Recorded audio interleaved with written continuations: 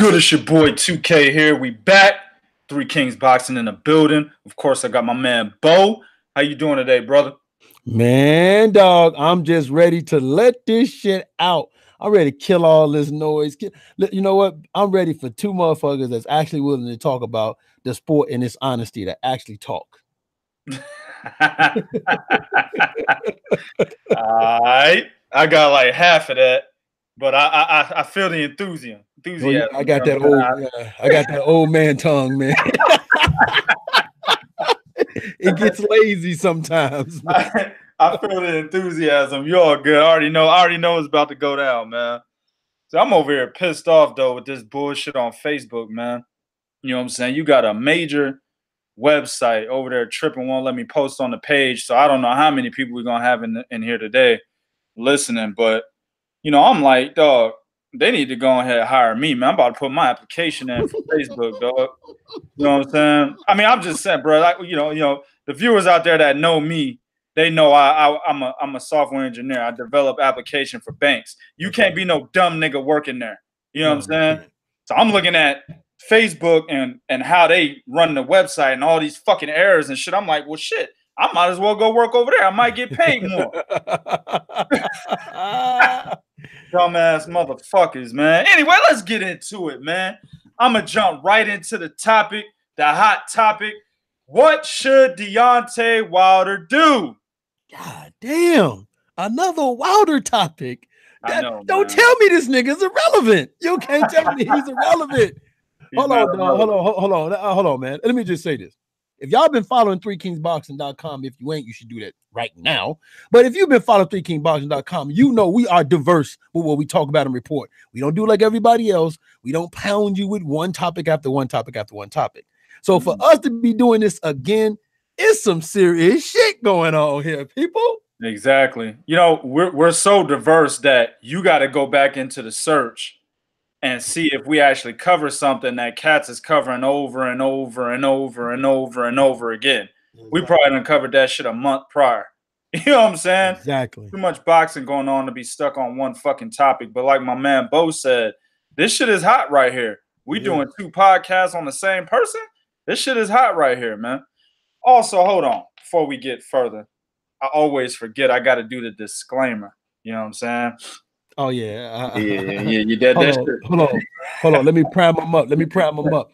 Ladies and gentlemen, as we are about to proceed into this show, we have to warn you of the PM, EM time frame zone difference. And here to give you that public service announcement warning is the one and the only, the editor, the founder, the provider, the CEO of 3kingsboxing.com, and the always ready to insult, always ready to get all up in that ass, no homo.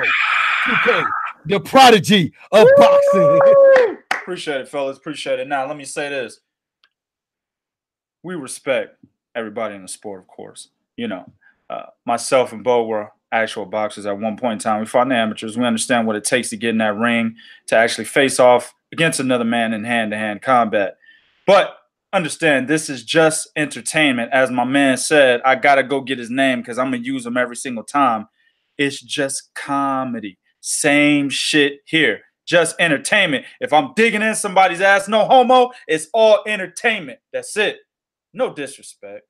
But if the fighters and managers and promoters, so-called, you know, entourage of these fighters happen to hear anything I say and they have a problem with it, you can always come see me. Now, let's jump into it, man. I'm going to let my man Bo start this shit off, man. What do you think? What should Deontay Wilder do, given the fact that ESPN has offered an undisclosed offer, thanks to Shelly Finkel, who will not spill the beans. But from what we understand, it's a multi-fight deal, possibly 5 fights, with Tyson Fury being guaranteed, the rematch being guaranteed December 1st of this year. What should he do, fam? See, man. All right, we talk off air, and the fucking thing about us talking off air is, from now, man, we should save for on air because I hear what you got to say, and sometimes I get conflicted. You know what I'm saying? Like, I come at you, I'm all strong, you know what I'm saying? You know, I'm gangster with the, you know what I'm saying? I'm gangster with the anger and the hits. Then I hear you, and I'm like, wait a minute, got a point. I'm saying once my adrenaline came down, you know, because trust me, at my age, motherfucker, I got to take motherfucker Geritol to get my anger up. You know what I'm saying? Yeah. Matter of fact, man, I don't want you to be getting angry too much, man. You too valuable. I don't need to be getting no motherfucking coronary and shit.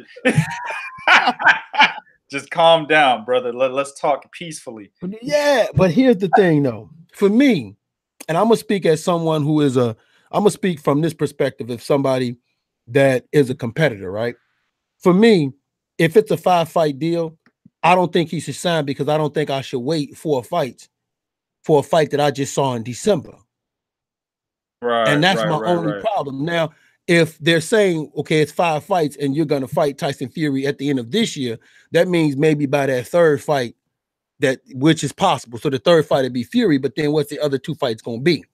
So for me, I don't think he should sign that long of a contract because now you're going to have your career ran by Bob Arams. And the reality is, and let me say this, I do believe that Deontay does need someone to help him with when it comes to the way his career is being promoted. Like, say what you want to say about Arams, say what you want to say about Eddie Hearns, hell, even say what you want to say about Golden Boy. They know how to promote their people. Yeah, I hate to tell y'all this. Oh yeah, absolutely. Okay. Absolutely. Y'all might not like them, but they know how to promote their people. There's a reason why, okay, that you want to get Anthony Joshua. There's a reason why Canelo Alvarez, even with the failed drug test of Clenbuterol, is still one of the most highest paid popular fighters in all of boxing. There's a reason for this. Okay. There's a reason why Teofimo Lopez with only 12 fights is on the lips of people louder than Devin Haney. Okay, there's a reason. And Devin Haney is a promoter, and he's still on the lips harder than him. So there's a reason for this because they know how to promote. But Deontay Wilder at 33 years old, will he want someone to take over his career and do that for him? I don't know.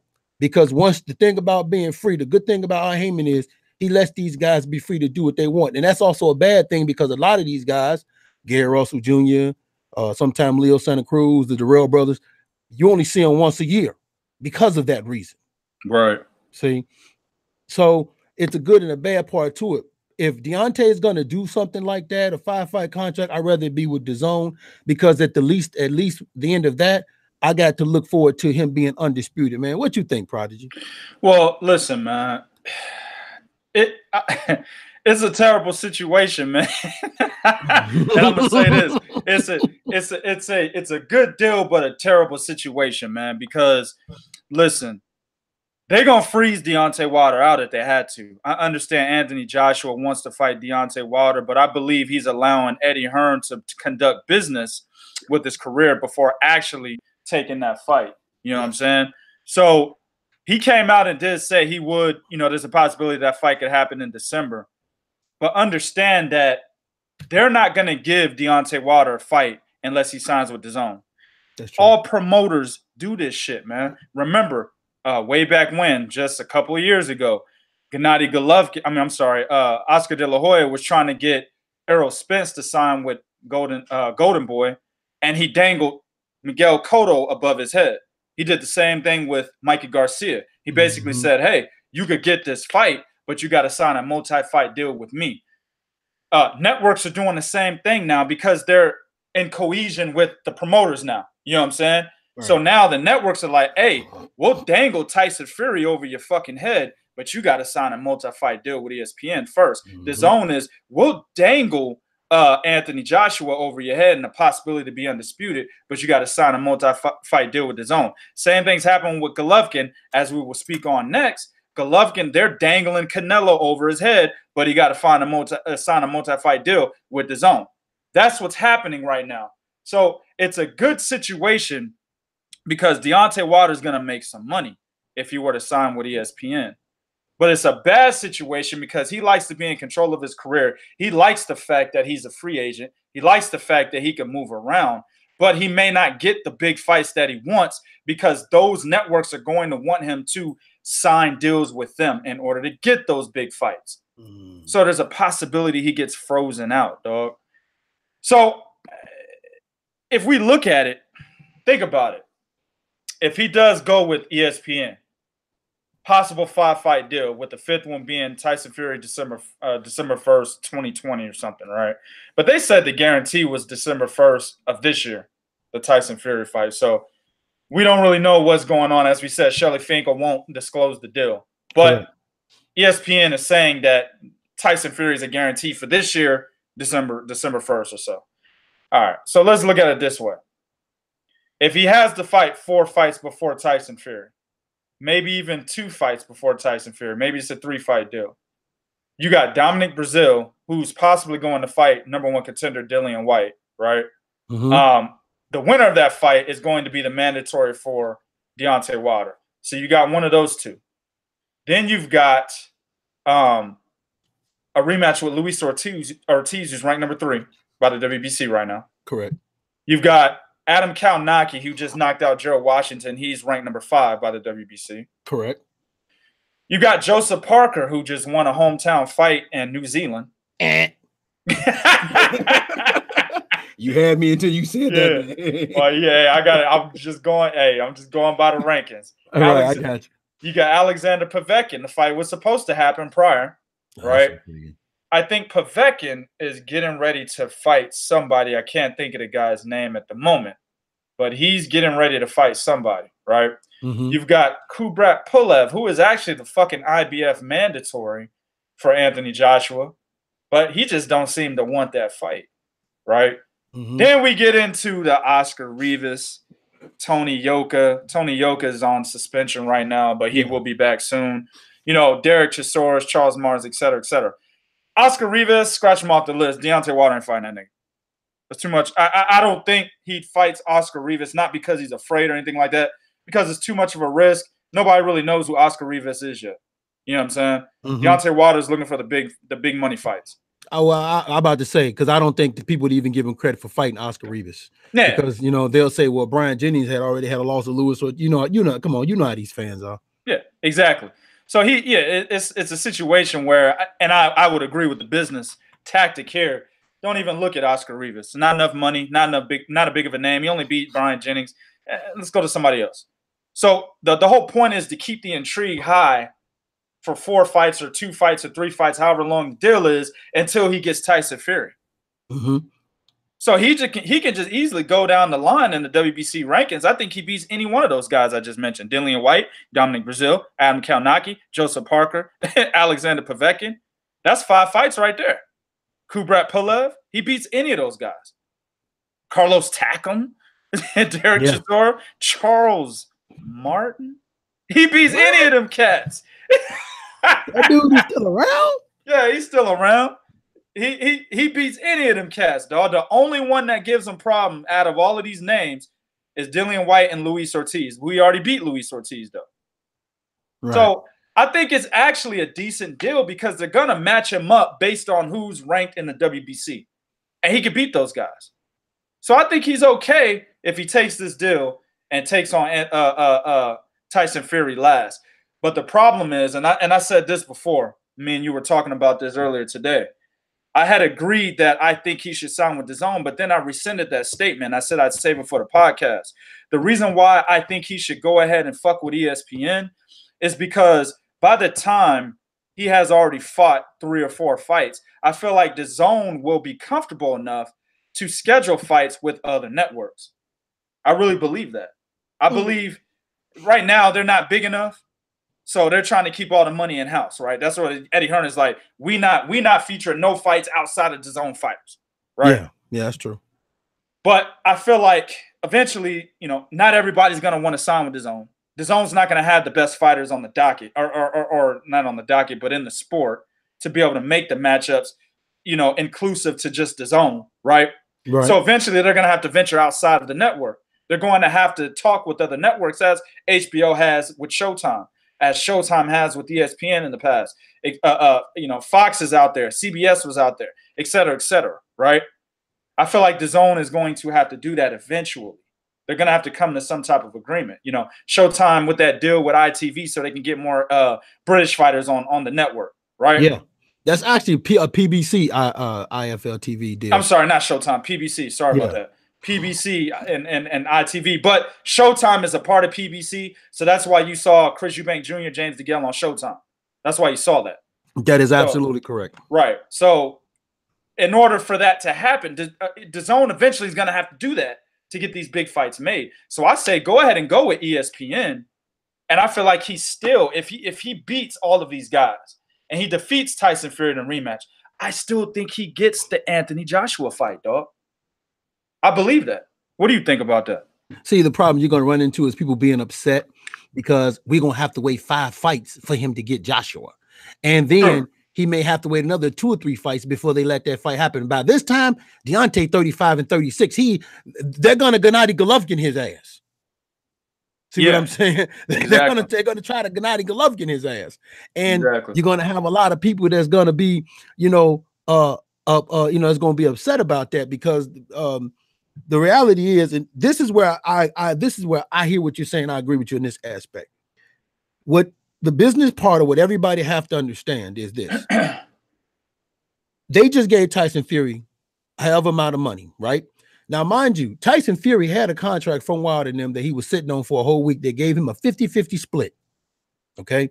A lot of cats don't know this. Right, we can now tell you guys what we knew. Yeah, right. We couldn't say. We can now tell you.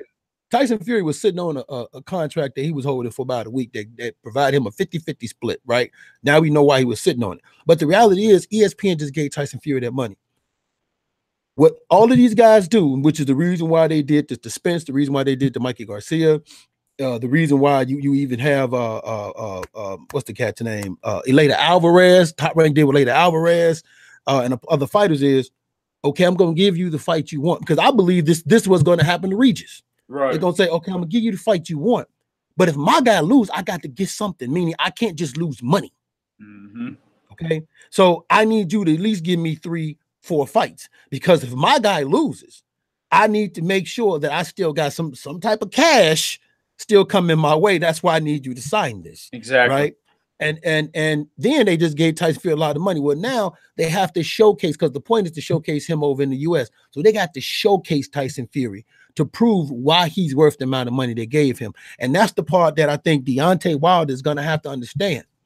That's why for me, if you're going to do that with DAZN. That way at the end of it, I'm looking at you becoming undisputed. And then you can look toward ESPN and Tyson Fury if you want, because granted, if you're undisputed, it'll be like the whole Mike Tyson Spinks situation, which a lot of y'all probably don't know. The reason why Tyson fought Spinks because Spinks was considered lineal. That was the only reason why he had to fight him, right? Right. So then you know what I'm saying, a little bit of history.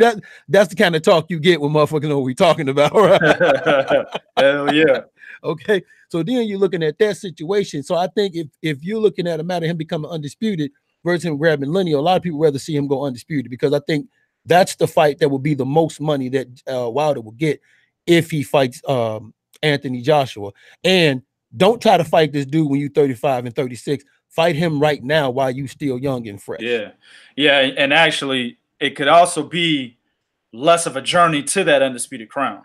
That's very true. I feel like he makes more money with ESPN, to be real with you. But it depends on what Deontay Wilder values most, the money or the legacy. I still think the legacy. I still think the legacy gets defined though, even if he signs with ESPN. But you could be onto something. It might be a shorter route. I think it's a more difficult route. I think DAZN will definitely throw Jarrell Miller at him, Dillian White at him. Right? Dillian White might even sign the PBC eventually. For that Dominic Brazil fight. But they'll definitely throw Jarrell Miller at him. You know what I'm saying? I think that's a tough fight for Deontay Wilder. You know what I'm saying? It's tougher than fighting the rest of those guys I mentioned, with the exception to Dillian White. So, it's a tough situation. That's why I said it's a good situation, but it's a terrible situation at the same time. And this motherfucker gonna have to sit back and really think. He's gonna have to have his wheels spinning and really understand what is the best deal for him. You see what I'm saying? Let me ask you this question. Do you think he can not sign with either one and keep fighting like the Dillian Whites and the Dominic Brazelis and the Luis Ortiz, building his profile up, hoping that one of these guys break, or would that be a mistake on his part? I think that's what I said in the beginning of my breakdown of this. I believe that if he doesn't sign with either one, they're gonna try to freeze Deontay Wilder out, man. I really believe that. Tyson Fury's already speaking like, hey, if the fight happens, it happens. If it don't, it don't. I don't give a fuck. He's already on that. Odd. That's odd for Tyson to be talking like that. Exactly. Fury's already on that tip, fam. You know what I'm saying? Some of these fighters retire early. Look at George Groves. Of course, George Groves is not Tyson Fury, but I'm just saying. You know yeah, a lot of what's the guy's name? Mikey Garcia's brother retired when he was what, 26, 27? Oh yeah, Roberto Garcia. Robert Garcia retired. Didn't fight Floyd Mayweather, but anyway, that's a whole nother story. But that's a whole nother story, right? He got his ass whooped by Chico. What did he get ass whooped by Chico, right? Yeah, he sure did. He got his ass whooped by Chico and said, "I'm out," right? He sure did. That's a whole nother story. But that's my point, though. You know, a lot of these fighters, man, they get a nice bag and they like, fuck it, I ain't got to take punches to the face no more. Tyson Fury might be on that tip, fam. He already retired once. You see what I'm saying? That's true. That's very true. And I mean, let's keep it a buck. The one thing, because I listen to what people say, and every time Tyson talk about being knocked down, Tyson Fury is one of them dudes that he's a jokester, right? He turns everything into a joke. He plays, you know what I'm saying? Like, you know, Tyson Fury, one of them dudes, like, you know, one of them guys, when you talking shit and you push him, he'd be like, and even though that push, you know, might have hurted him a little bit, he'd be like, this shit wasn't nothing, punk. You know what I'm saying? That's right. One of them cats. But Tyson ain't talking like that about that. He like, look, man, I was out. I thought I saw God. Like, that's how he talking. Like, this motherfucker really got something in them hands. And you're right, man. He might be on that tip. Like, I got money, I'm getting paid. So if I'm gonna have to go that route to have them hands laid on me like that again, no, man, y'all got to give me something.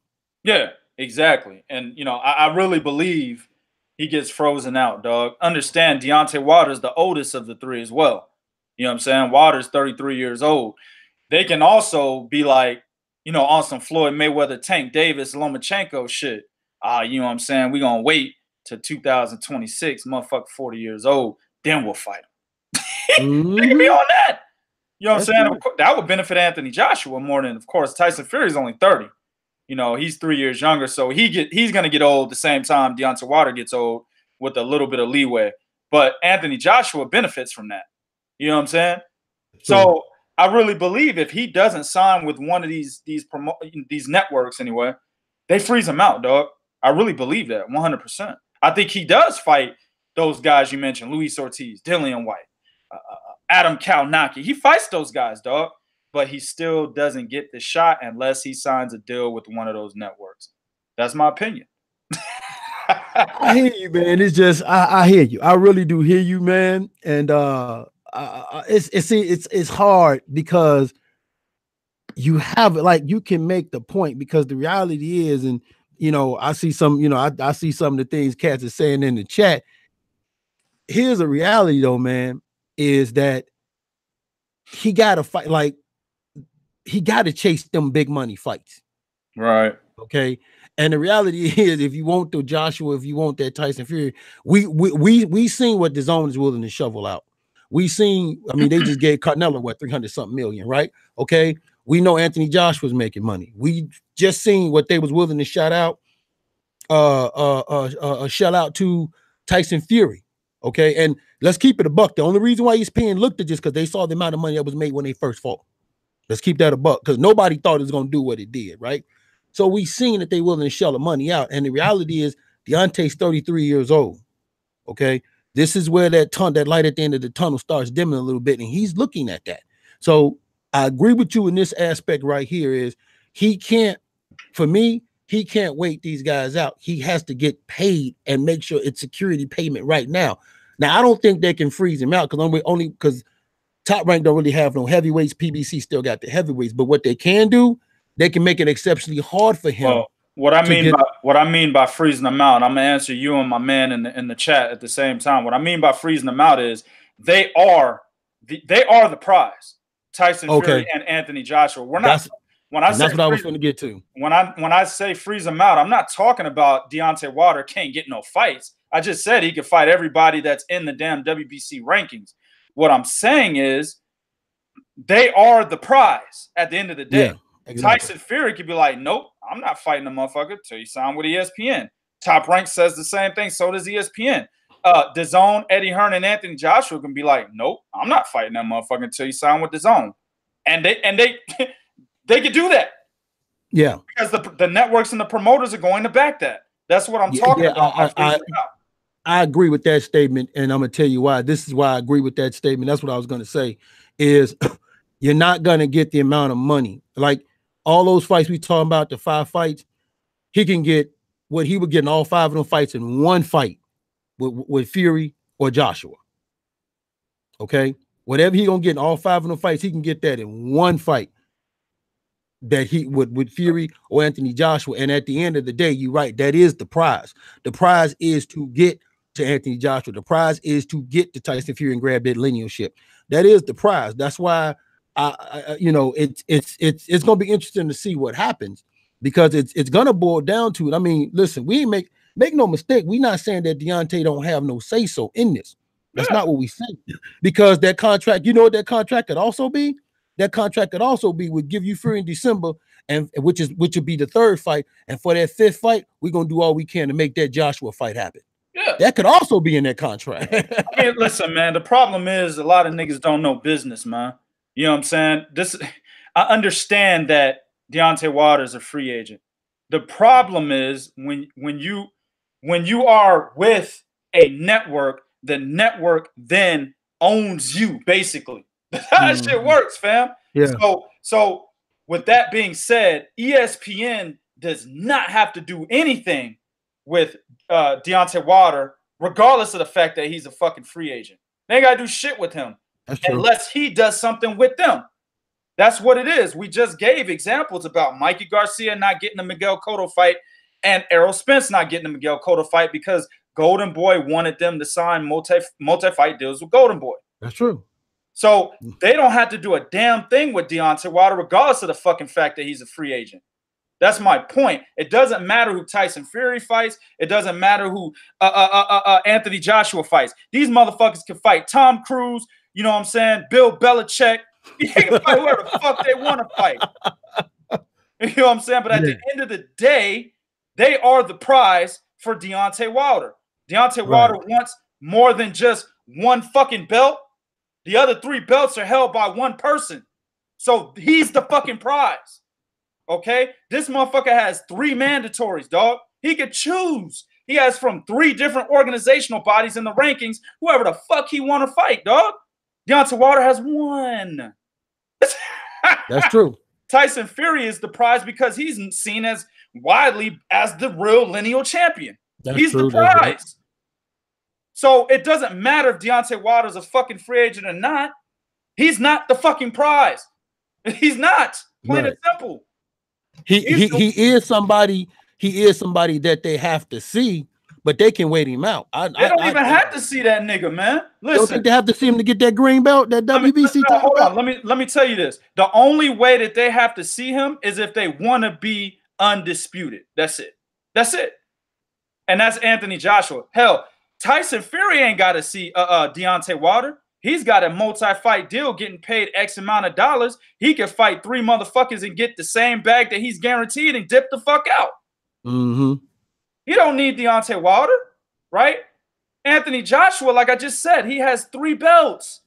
He got 3 mandatories. 3 mandatories. He has 3 organizational bodies where 10 fighters in each organizational body are, which actually is 15 fighters and 3 organizational bodies, which he could defend his title against.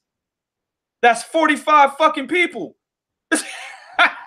45. And in the UK, where he's extremely popular, you don't have to do it here. Well, we know he get $15 million fighting over there. So yeah, I see what you're saying. But the only part where I'm gonna disagree is that I think they do have to see him because he does hold the most prestigious belt in boxing, and he is a polarizing cat as far as knocking cats out. So I think the reason why you sign them contracts with Fury and Anthony Joshua is that at the end of that, you want to make sure you get that Wilder fight, which is kind of like what Floyd did with Showtime. At the end of that contract, man, you got to get this Pacquiao fight. I think that was in sight, but to your point, and you make a good point, is that they can wait him out. They don't have to be like, all right, we can wait you out. Because once you run out of once you get past the Dylan White, the Luis Ortiz, and the Dominique Brazil, it starts getting thin. You see what I'm saying? Exactly. Getting real thin. We start talking about fucking Adam Kalnaki and shit, dog. You know what I'm saying? Yeah, it starts getting real thin. I agree with you there. And listen, check this shit out, fam. Let's look at this perspective. Out of the top 3 guys we got, right? Anthony Joshua, Tyson Fury, Deontay Wilder. Whose resume is more scrutinized negatively out of all 3? Who? Deontay Wilder. Exactly, fam. So it's at this point. That's why he took the Luis Ortiz fight. Yeah. He's like, man, I'm tired of motherfuckers saying that I don't fight nobody. Give me Luis Ortiz, right? So we gave him his respect for that. That's why he took the Tyson Fury fight. He could have fought Dominic Brazil. He was already in negotiations to fight Dominic Brazil. He said, nah, fuck that. Give me Tyson Fury. He's doing that because his resume is always negatively scrutinized. While Tyson Fury, everybody understands who he fought. He beat Vladimir Klitschko when Vladimir was fucking everybody up. He was the lineal champion, and he beat him easily. That always is going to be a positive for Tyson Fury. He's always going to be seen as the lineal champion, even though he's not, right? That's true. And then Anthony Joshua has a better resume, plain and simple. There's no fucking, now he got Jarrell Miller he about to beat, possibly. He has a better resume. So given that fact, Deontay Wilder can't fight the Adam Kalnakis anymore. He needs the big fights. That's why he needs them more than they need him, man. Real talk, right? Huh? But yeah, you know what? Let me add this. It's not that Deontay Wilder don't want to fight; he wants to fight. But now he definitely wants to fight because he signed up for a rematch that he didn't have to sign up for in the first place. He's like, no, I want that rematch, right? But now, also let's look at this, Deontay. Like you said, this is something I'm gonna throw everybody out. I'm gonna throw a little monkey wrench in. If Deontay don't sign with ESPN. The second option for ESPN is to make a co-promotional fight with Dazn with Anthony Joshua and Tyson Fury. Yeah. And if that happens, Deontay has no choice then but to go to whoever wins that fight. And whoever wins that fight, you got no choice now but to go to him. You know what you just did, right? What? See, you just made a chess move. See, that's what chess players like myself, we know about that type of shit. You just made a chess move. You made a move before you actually made the first move. And if Deontay Wilder's thinking on that level, he's thinking about that. You see what I'm saying? He's thinking that Anthony Joshua already froze him out once. You see what I'm saying? Yeah. He already froze him out once, fam. Yeah, he can make it seem like, well, I didn't want to fight. No. He froze you out once, man. All right? So start moving the chess pieces, dog. Don't allow Tyson Fury and Anthony Joshua to even get close to fucking coming to a deal later on. Don't let them. Get in between that shit, dog. Get in between that shit and get the Tyson Fury fight, knock his ass out. That's when we looking at, oh shit. All Anthony Joshua could do is fuck with that man right there. That's a bad motherfucker. He just knocked out the lineal champion. You see what I'm saying? It's all about moving them chess pieces, man. Yeah, Chris, I play chess, man. I'll tear your ass up. Hey, I'll play too, baby. Just a thinking man's game, man. Oh, yeah. All right, man. We murked that shit, dog. 32 minutes in, family. What you got for me, dog? All right, man. Next up, 32 minutes. Damn. Yeah. All right, man. So Gennady Golovkin gets an offer from Dazn that he shouldn't refuse. And the reason why is, unlike Canelo Alvarez, this is actually giving him some stake in Dazn, meaning that this is what I call a retirement plan for Gennady Golovkin. Okay? A lot of fighters, when they leave the sport of boxing, that big paycheck, that money ain't coming in no more. You know what I'm saying? They doing all kind of crazy, weird shit, to get that check because that check ain't coming in. Well, this is like kind of like what Oscar De La Hoya did with Shane Mosley and Bernard Hopkins. This, I'm not saying it makes him a partner, but it makes him a good stake owner in Dazn, which I think is a very good move for him. And it also gets him the Canelo Alvarez fight, which is going to pay him more money. And the path to Canelo Alvarez is going to be a lot easier if instead of him going to ESPN or even going to PBC. Word. What's your take on that, man? Hey, man, this is a fucking no-brainer deal, bro. No-brainer. You ain't got to think. Hey, man, this is equivalent to taking a calculus test and you got all the fucking formulas right in front of you, dog, with the answers. Somebody already did the damn answers for you. All you got to do is copy them shits on your goddamn test. You get 100. That's the kind of deal this is for me, bro. I'm just saying, man, this is a no-brainer, dog. You got PBC. I support PBC because they were one of the first in this generation. Let me say this, in this generation to develop a brand, right? To be able to have a bunch of fighters under one brand and to bring back boxing to regular television, right? Of course, ESPN was doing it, but they weren't a brand that signed boxers. PBC is a brand that signs fighters and brought it back to regular television. Always respect PBC for doing that, dog. I love the idea of being able to, you know what I'm saying, tweak the antenna and shit, you know, get the fuzzy lines out of the channel and then I see boxing. You know what I'm saying? That shit ain't happened since the 90s. You know what I mean? So I always respect PBC for that. But when we're talking about Golovkin and the possible deal that he can make, PBC's offer is nowhere near the kind of offer that Dazn is giving him. We're talking about a multi-fight deal. I think they're talking about 3 fights, guaranteed Canelo Alvarez trilogy, and he gets to hold a stake. This motherfucker gets equity in the business. And he gets dates to promote future fighters for his new promotional company, GGG Promotions. This is excellent. This is an excellent long-term deal, yo. You know what I'm saying? Actually, Canelo nor Oscar De La Hoya and Golden Boy, neither one of them have equity in Dazn, fam. That's huge. Yeah, that's very huge. Neither one of them have that, dog. So not only did they say, hey, dog, we're going to give you 3 fights. You know what I'm saying? You're going to fight Canelo, make your biggest bag you've ever made, or at least come in the top 3 because the other 2 was Canelo, right? Make one of the biggest bags you ever made. Then when you're done, fam, we're going to allow you to promote your fucking promotional company on this network, and we're going to give you a piece of the pie. Forgot about that. I forgot all about that, dog. Yeah. I forgot about that. Yeah.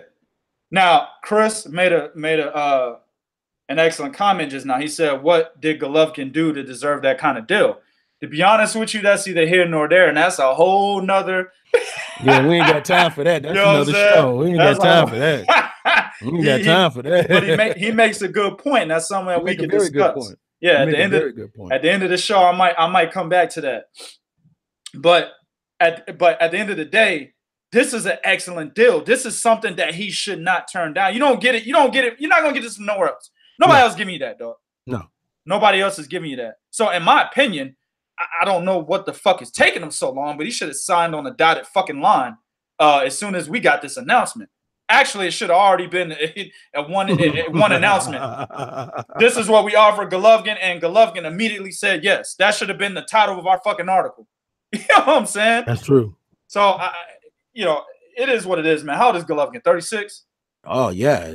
Heck yeah, man. He's approaching that age, man. Yeah, 36. And after them fights with Canelo, see, another thing is he aged in that second fight, too, man. I saw Golovkin doing something I ain't never seen him do before. He was breathing heavy out the mouth. He was he was sitting in the corner. He slumped. Golovkin literally slumped in the fucking corner, fam. I ain't never seen him do that in no fight. He slumped down in the chair in the corner, dog. Yeah. So, Father Time is the only thing in this world that's unfucking defeated. Okay. Absolutely. Him and Floyd Mayweather. Ha haters. But Father Time is undefeated. And Father Time has the best resume out of everybody. Hey, man, hold up, fam. Man, Joe Calzaghe's undefeated. Oh, you mean the same Joe Calzaghe that didn't fight a relative fight until his 40th fight, which was IBF champion Jeff Lefkoe, and on top of that, held a WBO belt that was irrelevant when it came to being undisputed from 1997 to 2007, and dropped that same IBF belt instead of facing Roger Stitt from Germany and Duck Spinaki. That Joe Calzaghe, don't get me started. Hold on, well, you just named somebody else. Finaki's undefeated, fam. Shit. Great. Oh, man, hold up, fam. Hold up. Sven Otke is quite possibly the greatest German fighter to ever live, fam. I'll give you that one. I give you that one. The motherfucker stayed fighting in Germany, didn't want to touch none of the other big names, and then the fights he did get on the American side, he got some nice, friendly decisions. Hell the fuck yes, he did. He probably should have about 4 L's on that resume, bro. Yes, he should. But real talk, back on the topic though, this is definitely something that Gennady Golovkin should be taking. I don't, you know, they put it as Mike Coppinger put it as they're on the 1 yard line. Well, hopefully they don't, you know, call a pass and play like Seattle did. You know what I'm saying? Hopefully they get that ball to beast mode, dog. Get that ball to beast mode so you can get that touchdown, man. Real talk. Oh my god. Oh man. All right. Let's go on to the next one. What you got, man? The World Boxing Super Series is back the fuck on, man. Yo, for real. You know, I was a little worried for a second. You know, I had, you know, my writers, Bo, and all my other guys. Shout out to everybody that's rocking with 3kingsboxing.com. You know, my writers was hitting me up a few months back. It was like, yo, you know, the Zone is having this issue. I mean, not the Zone. WBSS is having this issue. You know, financial issues. Niggas not getting paid. You know, Ryan Martin is out there all over in social media talking about, yo, man, I didn't get my money when I got knocked the fuck out by, you know, Josh Taylor. Where my money at? You know what I'm saying? And you know, that was the first big, you know, thing that popped out about the WBSS's financial situations. That's true. But then you had Ivan Baranchyk, who dropped out, said, fuck it, I'm done. Then whatever the WBSS did, and Cal Sauerland, whatever they did, they got him back, scheduled a fight with Josh Taylor for May 18th. But at the same time, you had Regis Prograis was like, man, fuck it, man, I'm done, man. I'm out of here. Now, we interviewed Regis a few times, and Regis was actually happy to be a part of the WBSS because he understood that the best is fighting the best, right? But it was crazy to see that Regis would go from feeling that way to being like, man, fuck it, I'm done, right? So this is what actually kind of was a red flag for me. Like, damn, yo, this is serious. So I was actually considering. I didn't want any of my writers covering this shit because it was hearsay up until the point where Baranchyk dropped out. We covered that. Then when Regis was talking about dropping out, we definitely covered that shit. But I just put out a release last night. Regis Prograis versus Kiro Relic is on for April 27th. It's going to be a doubleheader. Zolani Tete's fighting Onito Donaire in the bantamweight division. On the undercard of that fight, they don't have a venue, but they do have a date. Regis Prograis has came out and talked about it. Bo, I let him tell you what he had, the conversation he had with Regis. You know what I'm saying? But Regis is like, yes, I'm happy. Let's do it. Yes, I'm happy this motherfucker's still going. The only thing they need to do is schedule Andrew Tabiti's fight at cruiserweight. That's the only fight that's not scheduled right now. But all the other ones are ready. Everybody at junior welterweight and bantamweight, they're all ready. You know what I'm saying? Semifinals is in. We're gonna get a finals. I can't fucking wait, man. What was the conversation you had with Regis, dog? Hold on, man. I want to play something. Hold on, let me see.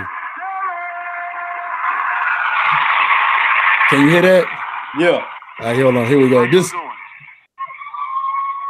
know the rule. Don't take none of this shit personal. It's just comedy. There it is. What's his name, fam? I think his name is Margaret.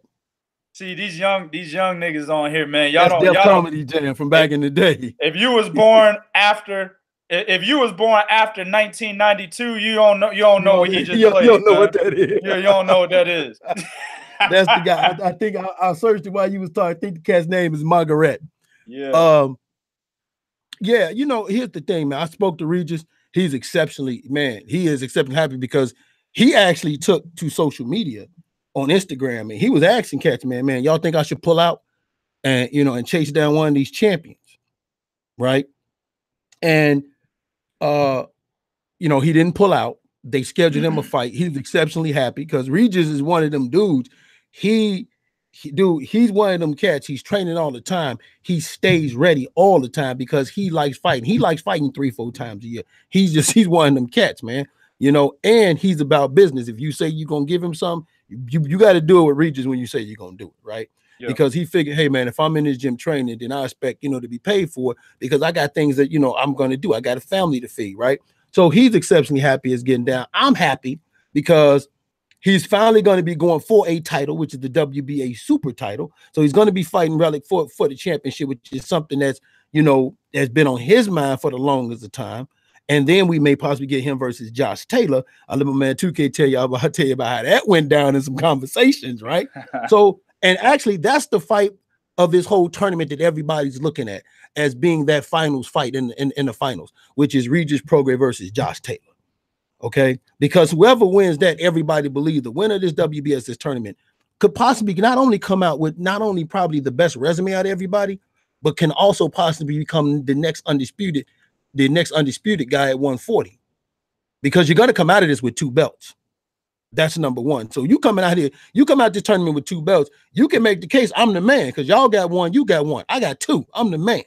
You know, remember when Keith Thurman was saying that when he had both that WBC and WBA? I mean, he can't say that shit now, but you know, back when he had both them belts, he was saying that. Yep. So I'm glad that this happened, also because our guy, now a lot of y'all don't pay attention to the lower weight division, right?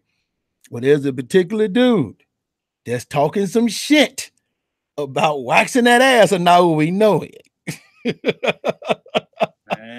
Lonnie Tay dog, he up there cuffing like, man, look, y'all say what y'all want, but when that motherfucker meet me, that's gonna be his ass. Man, listen, man, like plus, you know, I'll be glad to see, not to cut you, I'll be glad to see Naoya Inoue grab a major world title of that division, not that regular goddamn. Naoya Inoue doesn't deserve to be no regular. He should have a major title in that division. I agree 100%. But I don't understand why cats don't watch the smaller divisions, man. Like, you know, I wish I had it. Once we get a big enough audience, I can poll the audience. Like, what the fuck are you looking for? You know what I'm saying? What are you looking for? You like the technical aspect? You like brawlers? You like, you know, blood and guts like we just seen this weekend between Brandon Rios and Humberto Soto? What do you like? Name it. The fucking smaller weight divisions have that. Listen, man. Zolani Tete scored the fastest knockout of 2018. The fastest knockout of 2018, fam. Naoya Inoue, let me get his name right, scored possibly the second fastest knockout. I don't know how fast that knockout was, but the fact that he flatlined Juan Carlos Payano the way he did, he fucked up my parlay. Fucked up a lot of people's parlay. He fucked up my parlay with that dog. Right. Like the way he fucked Payano up, who Payano defeated Rashi Warren, by the way, guys, when Rashi Warren was undefeated. Oh, yep. Okay, actually, arguably beat him twice, but in the rematch, they gave it to Warren. I had Warren losing both them fights. Okay. Payano was the former WBC champion. He wasn't no bum, man. And he dispatched this motherfucker in the first round of the WBSS like one shit. He said, done. I know, right? I mean, come on, man. Like, and we talking about a possibility of seeing 2 guys that scored possibly the fastest knockouts in, let me just say, in televised boxing for 2018, possibly fight each other in the finals of the WBSS. What the fuck do you want? Yep. That's probably a bigger fight than Regis Prograis and Josh Taylor, in my opinion. That's a bigger fight than that. I can agree with that. I can agree with that because we know who they are and the path that like this tournament, 120 to 118 pound tournament reminds me of the 168 pound tournament. It got all the top dogs in this. Yeah. I mean, it is what it is, man. But like I said, that fight is Regis Prograis, Josh Taylor is one that I want to see. You know, at cruiserweight, ain't really no fights I really want to see there. That's actually, you know, listen, man, I'm cool. I love boxing, so it is what it is. But that cruiserweight tournament that they got right now is the worst so far. It's worse than the 168 tournament Callum Smith won. You know what I'm saying? But I'm interested in seeing Andrew Tabiti and how far he can get if he's going to fight, Junior Dorticos. You know what I'm saying? I like to see that fight, right? But the biggest fight in the WBSS that can possibly be made is Naoya Inoue and Zolani Tete. By far, it's not close. You know what I'm saying? So I'm trying to tell y'all, man, that's 118 pounds, man. And bantamweight is popping. They got a lot of motherfuckers at bantamweight right now. You know what I'm saying? So I'm happy that WBSS is back on. I would definitely be tuned. We got to tune in. We got to cover the fights for 3kingsboxing.com. But shit, man, if I didn't have a website, I'd definitely be in tune to that shit, bro. Not missing nothing. No fights at the WBSS will I be missing. You know what I'm saying? But what you got for me, man?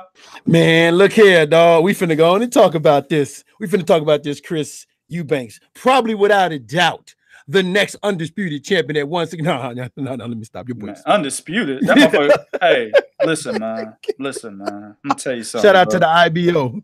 Let me yo, let me tell you something, bro. That motherfucker should be the ambassador for the IBO, dog. Yeah. That's the only title he can only get. You know what I'm saying? At the end of the day, remember what Chris Eubank Sr. said. And guys, he's not in the Hall of Fame yet, but he probably will be soon. Yeah. Understand, Chris Eubank Sr. did say about his son, he will be better than Floyd Mayweather Jr. No, you did. Who remembers that clip? I remember. My man said, I'm telling you right now, he will be better than Floyd Mayweather Jr.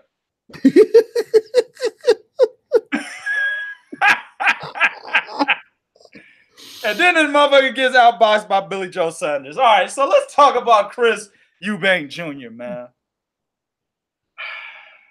Can he realistically beat, let's say this. He beat the dust off of James DeGale. Real talk.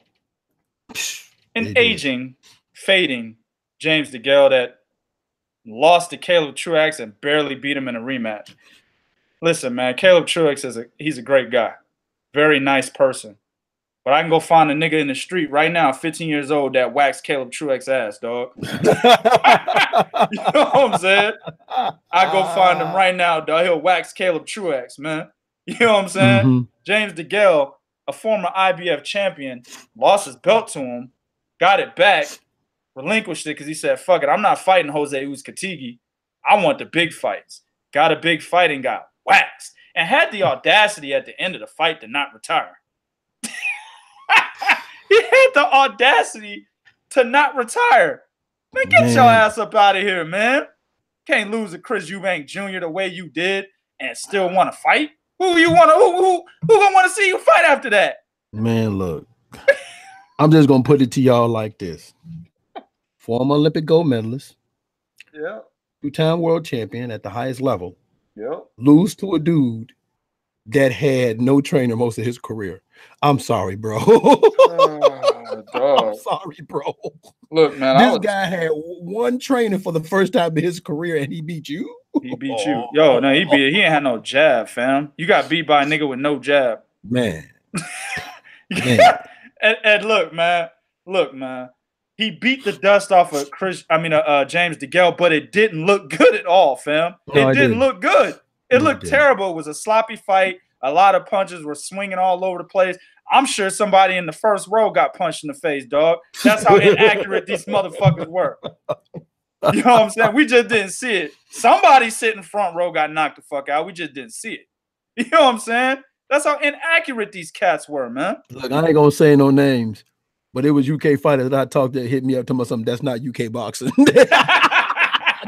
I ain't gonna say no name, but it was UK cats, fighters that I know from the UK hit me up talking about something. Hey man, that is not UK boxing. Word. That shit was terrible, fam. And then you got one motherfucker that has the audacity not to retire. Right. Then you got the other motherfucker that had the audacity to call out all the champions at 160 and 168. So let's go down the list, shall we? Oh my goodness. Canelo Alvarez, Demetrius Andrade, Daniel Jacobs, who will be losing that title come May 4th. So just Canelo and Demetrius Andrade. Yeah, I said it, motherfuckers. I can't wait till we have that debate. I can't wait till we have that debate. Yeah, I said it, motherfuckers. Let's go to 168. Your boy Prodigy might be 87-0. Your boy Prodigy right now he 87-0 and 1 draw. He might be 87-0 and 2 draw. As long as I don't get that loss, I'm good. I'm telling you. Let's go to 168. You got Caleb Plant, Callum Smith, Andre Dirrell, who will be, Anthony Dirrell, who will be losing that title very soon. He'll be losing that title, and we'll talk about that coming up here. I don't want to get that out. And then you got what's his name? Gilberto Ramirez, who relinquished his title and said he didn't relinquish his title, but he will be fighting at light heavyweight on the undercard of Vasyl Lomachenko, Anthony Crolla, April 12th. Yeah. So we'll just still name him. Now, all of those guys I just said, can Chris Eubank Jr. realistically beat any one of those dudes? Listen, let me say this. If he gets to Anthony Dirrell hold on. Don't answer yet. Okay. The best night he's ever shown us. Can he beat any of these guys? The only one is a cat that you didn't name. And that's he could probably maybe fight and beat Rob Brandt, who's the WBA regular champion. Yeah. We don't count the regular, but okay, that's fine. We can Rob Brandt. We'll throw him in there. You're right. That's the only one because Rob Brandt actually has sort of an awkward style about him. He's not necessarily a technically sound guy. He's just staying busy. And Chris Eubanks he can try to counter him or whatever it is because of the oddness. But and actually that's even 60-40 toward Brandt because Brandt at least throws straight punches and know how to do things behind the jab. The only other one I can see him probably beating is Anthony Dirrell because he kind of is like James DeGale in the aspect of he doesn't throw a lot of punches around. He takes some time off and he steps and goes straight back. But even that's 60-40 because Dirrell still has better boxing skill and ability. So if I had to pick somebody, I would need more time for you to tell me right now. But if I had to go right now, no, I don't see nobody he beats at 168 or 160. I just think between Brandon and Anthony Dirrell, he has better chances against them two than the other guys. Yeah, I agree with that. I think Rob Brandt gives him a lot of trouble with his work rate because the problem Rob Brandt has is, and we mentioned this on an earlier podcast, he leans forward, leans over that front foot. Yeah. But and mind you, Chris Eubank Jr. likes the uppercut, which is what you do when somebody's leaning forward like that. But Chris Eubank Jr. is not a counterpuncher. He doesn't know how to set that motherfucker up perfectly to be able to use it in a way to counter his opponent from making a mistake. Chris Eubank Jr. is just going to be running into shots that whole fight. You know what I'm saying? It'll be a war. It'll be a good fight, actually. It'll be a good fight. I like to see it. But I just don't think Chris Eubank Jr. Definitively beats Rob Brandt if I name him. No. Anthony Dirrell will also be a war as well. Yes. Just like Avni Yildirim was a war, right? Again, I can't definitively say he defeats Anthony Dirrell, but I agree with you. He does have an opportunity, a better chance to beat those two guys than anybody else we named. You know what I'm saying? Anybody else we named. Let's just say Eubank Jr. defeated George Groves. Callum Smith would have fucked him up in that final. You know what I'm saying? That would have been terrible. I actually felt bad. I don't feel bad for fighters. I felt bad. You know what I'm saying? I feel bad for the ones that actually have trauma and all that from the ones that get hospitalized, the ones that got slurred speech later on. I feel bad for them. But as the fighters are active, I don't feel bad for them at that moment in time. You see what I'm saying? And I don't see him being a contender against anybody else but Anthony Dirrell and Rob Brandt. That's it. He gets possibly stopped by the rest of the guys, man. Possibly. You know what I'm saying? So, I don't know, man. Chris Eubank Jr. need to pump his brakes. Let's see if he can. Listen, man. my man should defend that IBO title, dog. Hey, you never know. Fuck it. We already know Chris Eubank Jr. ain't going no Hall of Fame. we already know Chris Eubank Jr. probably most likely won't become a world champion. He could. So many belts. There's 4 of them. He could possibly become a world champion if somebody gets rid of their belt, right? Yeah. But outside the WBA regular, I don't see Chris Eubank Jr. getting a WBA super title. And it's going to be difficult for him to get a WBO, IBF, or a WBC at 160 or 168. So I say just do this, fam. Why don't you become the greatest IBO champion ever, my nigga? That's real talk right there, bro. Stupid. That's real talk, fam. But you know Why what, not? though? Yeah, I agree with you on that aspect. And what's funny is when you look at how actually, if you look at how they do their ranking system, they actually do it probably better. They not ranked. Yeah. They do a pretty good job with their little ranking Their system. ranking system is way better than the other 4 top major sanctioning bodies. Yep. Way better. Listen, who's the greatest WBF champion? Well, that's Roy Jones Jr. Yeah. Come on, man. Who the greatest IBA champion ever? You know what's funny is hold on. WBF champion too. Hold on. The greatest IBA champion ever was James Toney. James Toney. I'm telling you, man. Hey, let him do Toney. it. That was before they converted that over from IBA to what did that become? It's still there. It's still there? IBA. Okay. Yeah. Okay. Hey, I got one for you. Remember the Humberto Soto won the WBF championship at what was it? Was it welterweight, featherweight? One of them divisions. He won that title. And then remember the WBU? Yeah. Yeah. And what belt was that? Like I had my man just said it. Yep. Now I'm trying to remember what belt was that. That might have been the WBO or WBU that Tommy Morrison fought Razor Ruddock for. Shit, I don't remember that one. I don't remember what belt they had. Yeah, I forget what belt that was. So, quick correction, man. That comedian, that comic name, his name is Talent. Talent. His name is Talent. His name is Talent. So, yeah, man. So, here's the thing, and it's funny, right? Because Chris Eubanks, it's that victory actually made that dude popular. Like, it's crazy how like people are looking at. Think about how the bar's been set so low, right?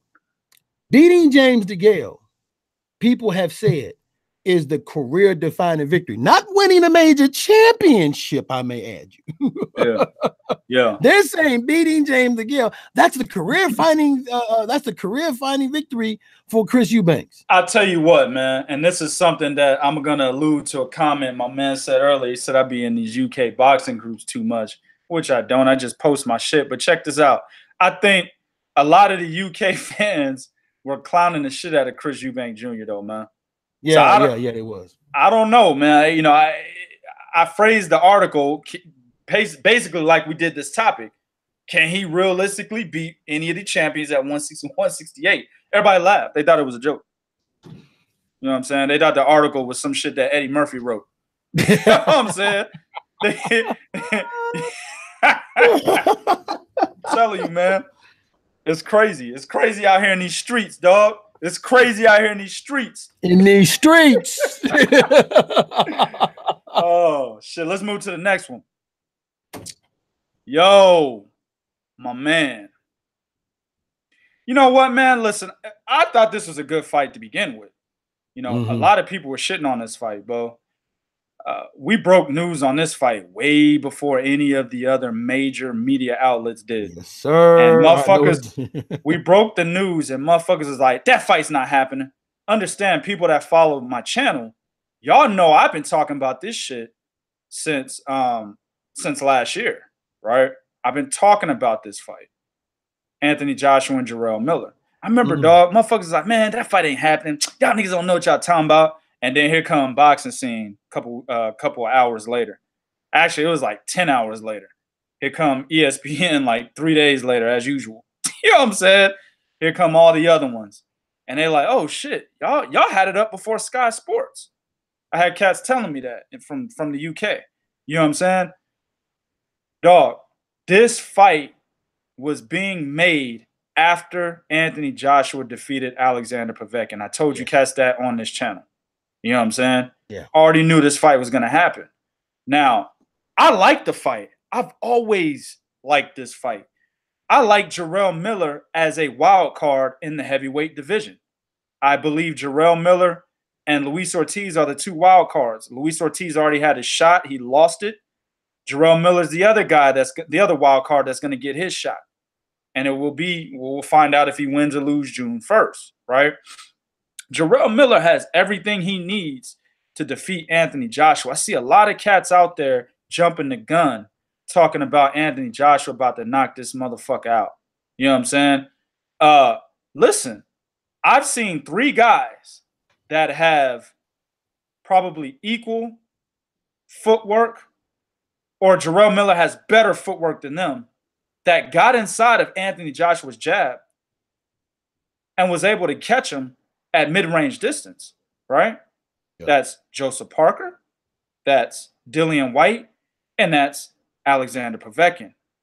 The one guy that I believe might have better footwork, it's not even might. The one guy I believe has better footwork than Jarrell Miller out of those 3 is Alexander Povetkin. I believe Jarrell Miller has better footwork than Joseph Parker, Joseph Parker. I also definitely believe he has better footwork than the nigga that's on rollerblades, Dillian White. You know what I'm saying? What's that damn on the cartoons, man, when the cartoon character getting ready to run? Fred Flintstone used to do that shit. That's the sound that I hear every time I see Dillian White in the ring. You know what I'm saying? I can't do the noise right now, but that's the fucking sound I always hear when I see him in the ring. You know what I'm saying? Like them damn cartoon characters about to slip on a banana peel, dog. That's what I see when I see Dillian White footwork in the ring. Okay? So Jarrell Miller can easily be the next guy that gets inside of a Anthony Joshua jab, straight right hand combination, and is able to hurt him on the inside. So also Jarrell Miller throws a lot of punches. A lot of people they forget about that. He has a high work rate, and he doesn't get tired. I've only seen Jarrell Miller get tired one time, and that was against Gerald Washington, in which he gained a second win and knocked him out. Okay? Jarrell Miller is a live dog. Also, I'm going way off topic, but fuck it.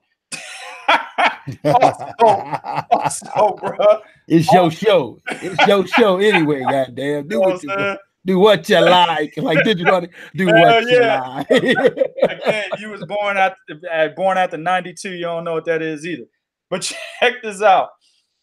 Jarrell Miller is the type of fighter that he pushes himself. He motivates himself, right? Mm-hmm. He doesn't need the crowd. He doesn't need the people around him, his entourage. Jarrell Miller rolls by himself, actually. I've never even seen this motherfucker with an entourage, right? Mind you, this is an ex-kickboxer that fought one of the greatest kickboxers of all time, Mirko Cro Cop. You know what I'm saying? Mm-hmm. He's been there and done that shit, man. And you're telling me that Anthony Joshua is going to come to Madison Square Garden in the backyard of a guy who elevates his production based on how motivated he is. You're telling me you're going to fight that man in his backyard where all his bitches and hoes in the crowd watching him. Baby. Right? Oh, snap. In his home state. He's going to have all the motivation in the world to beat Anthony Joshua. Dog, all I need to see is some training camp and see Jarrell Miller actually looking good in training camp. It's a 50-50 fight. Right now, I'm 55-45 Anthony Joshua. If this fight was in Wembley, like it should have been, I would have been 65-35 Anthony Joshua. But the fact that he came to Madison Square Garden to Jarrell Miller's home state, fam, and you're fighting a guy that elevates his production, how he fights based on how motivated he is, and you're giving him all the motivation in the world to elevate himself. Also, this is his first world title bout, fam. Dog, he made it extremely hard on himself. And I'm giving Anthony Joshua 100% credit if he comes out here and beats the fuck out of Jarrell Miller. Now let's get to the topic.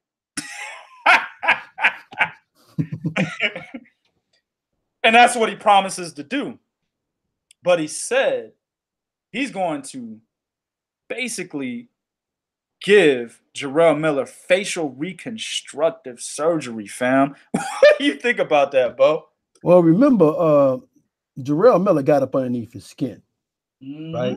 Jarrell Miller pushed him, right? And Joshua maintained his cool.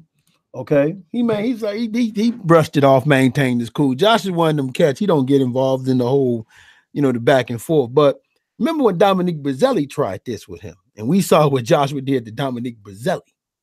Now, I'm not saying that Jarrell Miller is Dominique Brazzelli. I think Jarrell Miller poses bigger threats that Brazzelli did not pose. And one thing about Jarrell Miller is he's a big guy that has a motor that don't quit, but also at the same time, Jarrell Miller will make you tired because you can't move him.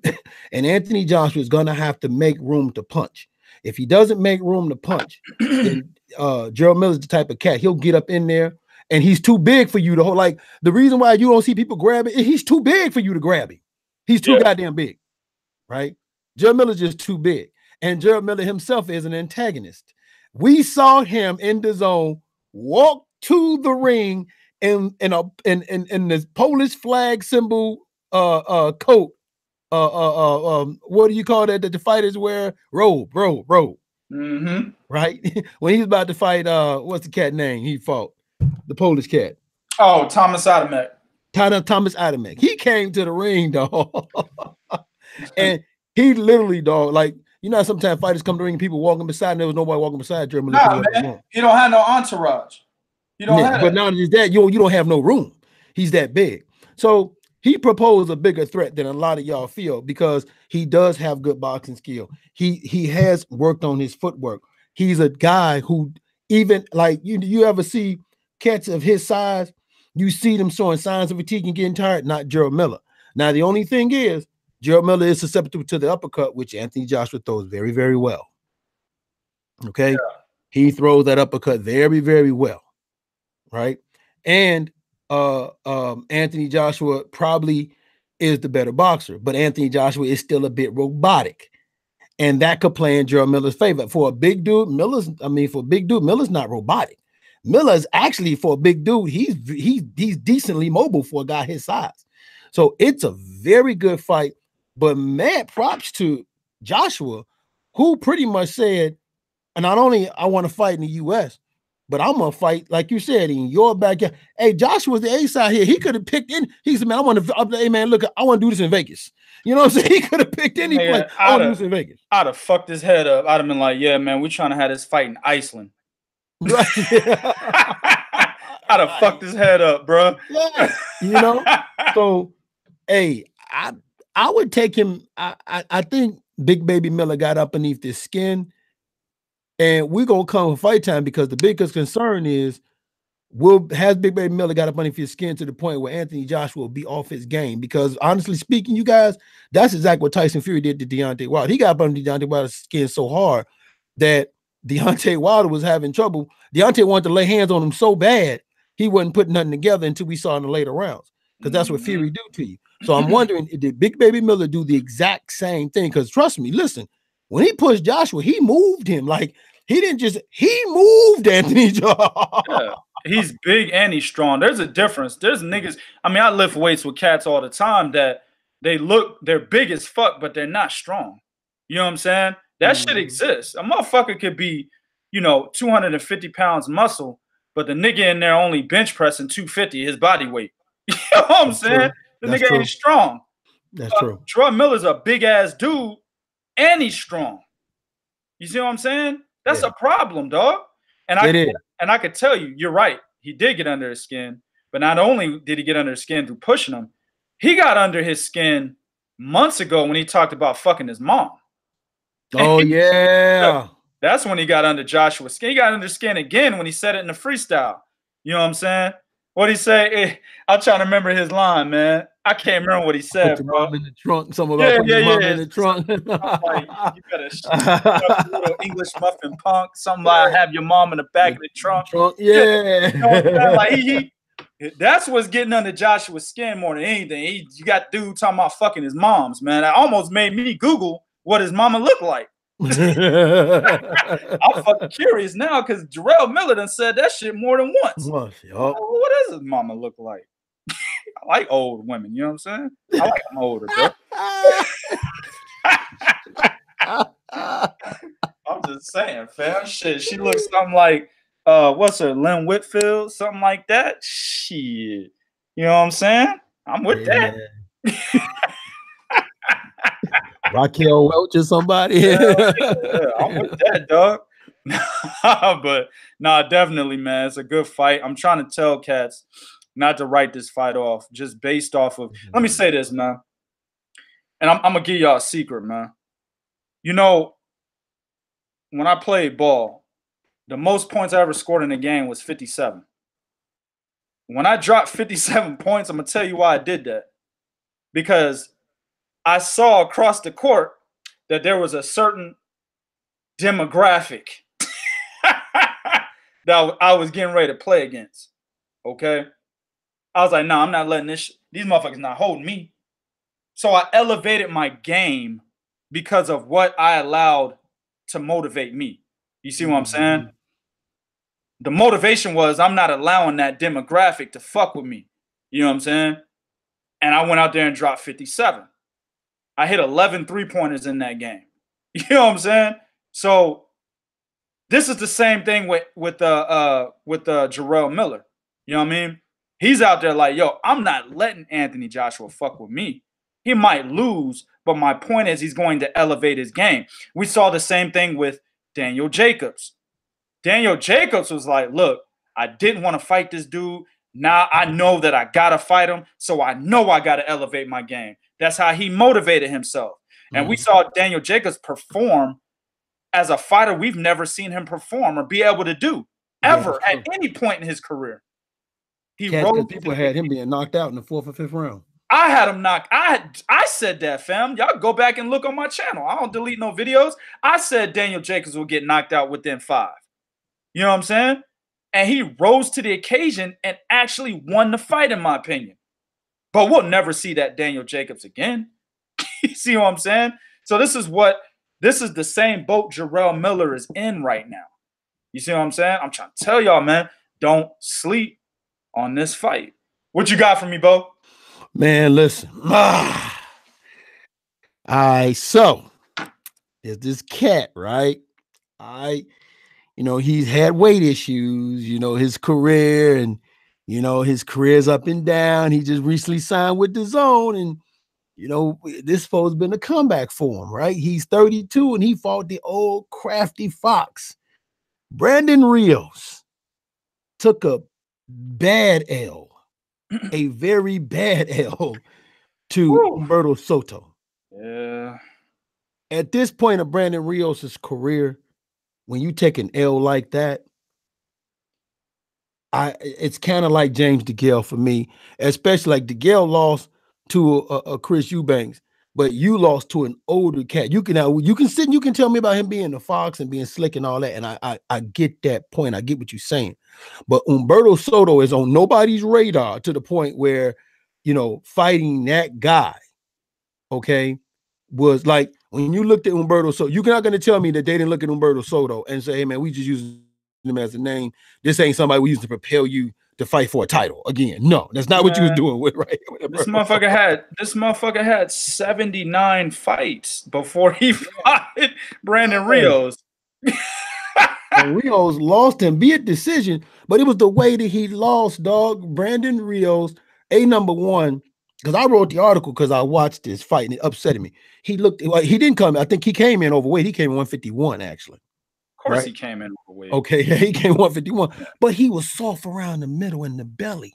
Of course. Look at Brandon Rios versus fucking Tim Bradley, man. Dude, that's why he got knocked out by a body shot. Yeah. He's been fat since he lost to Mike Alvarado. But go ahead. Man. He was soft around the belly. Then he allowed the older guy to out hustle him. He was pulling that Sugar Ray Aaron product duck and limit method, winning the last 30 seconds of the round. But Soto was throwing beautiful combinations. Even if they weren't landing, they looked good to the judges.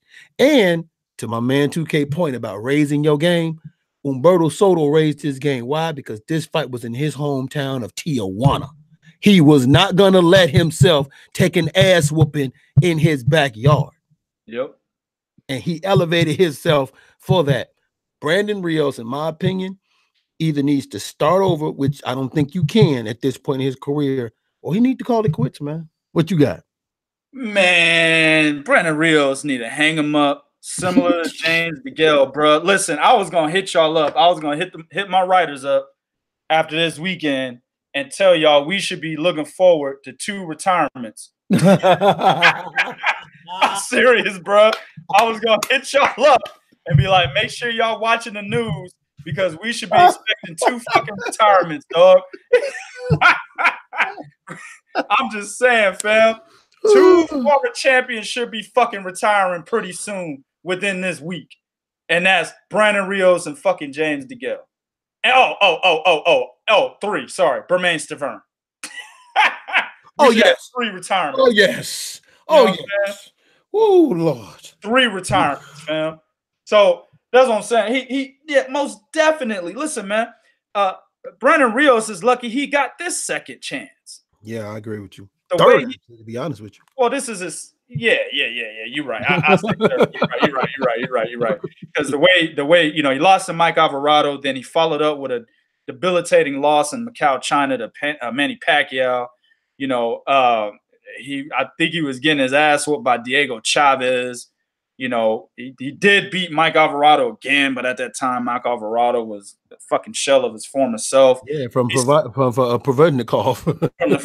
from the Provodnikov fight. And for some reason, he's still fighting to this day. I don't know why. But anyway, he loses to Tim Bradley by body shot. He fucking loses to Danny Garcia. He gets knocked smooth clean the fuck out by a shot that didn't even look that hard, fam, to be honest with you. He was rolling on the canvas. I'm like, dog, why the punch wasn't that hard? Whatever. Then the zone signs him after that. That was an opportunity. That was his 3rd chance. And he beats Canelo's brother, but then loses to the old ass. He lost to the old head, bro. He lost to the OG, baby. Humberto Soto in boxing right now is equivalent to the old nigga on the basketball court that got that old man jump shot that never misses. Yeah. You know what I'm saying? What you talking about? He's equivalent to that cat. Oh, he got that motherfucking shot. He bring that shit behind his head. You can try your hardest to block that shot. You're not blocking it. He bring that bitch behind his head and let that motherfucker go. Goes in every single time. Every time. He can't dribble. He can't drive. He can't pass. He can't rebound. He can't play no D, but he can shoot that 3. He's 100% from behind that 3-point line, dog. That's Humberto Soto. You know what I'm saying? So that's my point. Like, he lost to the old head, man. He lost to the old head. You're right. He lost to the old head. So Soto's not getting no title fight from this fight. You won't see Soto being talked about as a mandatory for one of the champions at 147. You won't see Humberto Soto getting in the ring with a Keith Thurman or anybody of that nature. No. He's probably going to have another fight in Mexico and fight somebody else he might fight Ramon Alvarez. Fuck it. He might, yeah. He's going to stay where he's at. You see what I'm saying? And it's mainly because people understood that Brandon Rios was a shot fighter that was given a chance by Dazn. So, to be honest with you, I'm not surprised by this, man. I thought Brandon Rios should have retired after Tim Bradley, man. I did too. So, I mean, this is just further indication that it's time to hang him up, G. I mean, your fucking speech is slurred as fuck. The only person that has worse slurred speech that's an active fighter right now is Glenn Tapia. You know what I'm saying? Glenn Tapia was slobbering and shit, dog. I watched the Instagram live. You know what I'm saying? Yeah. This motherfucker started slobbering, B. He was slobbering. That's how bad it is for Glenn Tapia right now, man. And Brandon Rios is getting ready to be right on that motherfucking train to Slobberville, nigga, if he don't retire. You know what I'm saying? It's time to hang him up, G. So I'll be expecting an announcement that former WBA lightweight champion Brandon Rios will be retiring What is it? What's today's date, fam? What's the date today? Today's date February is 25th. the 25th. I should be expecting an announcement by next Wednesday. If I don't get that, I'm gonna be appalled. I'm gonna be fucking appalled, dog. I'm gonna be appalled. I'm just saying, man. No reason to keep fighting, man. For real. Hey, I got a question. Yo, do you know who Cesar Figueroa is? Cesar Figueroa? No. Yeah, Cesar Figueroa. Okay. Do you know who Kevin Kelly is? Of course. Do you know who Juan Abreu is? Of course. Juan Carlos Abreu. Yep. Juan Carlos. Do you know who Juan Guzman is? Of course. Do you know who Ishmael Gonzalez is? Joan Guzman. Juan Guzman's the actor. Right. That's right. Yeah. Guzman. You know who Rocky Juarez is? Yep. And none of them niggas is fighting anymore. None of them. You know who Jorge Salas is? None of them niggas is fighting anymore.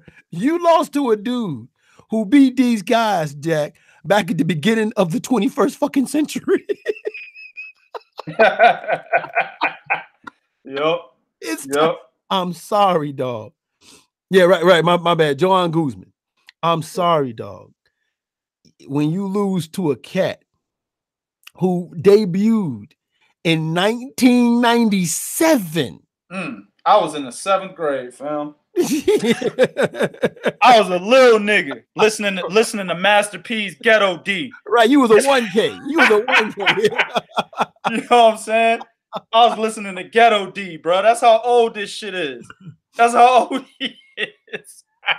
That's terrible, man. That's terrible, man.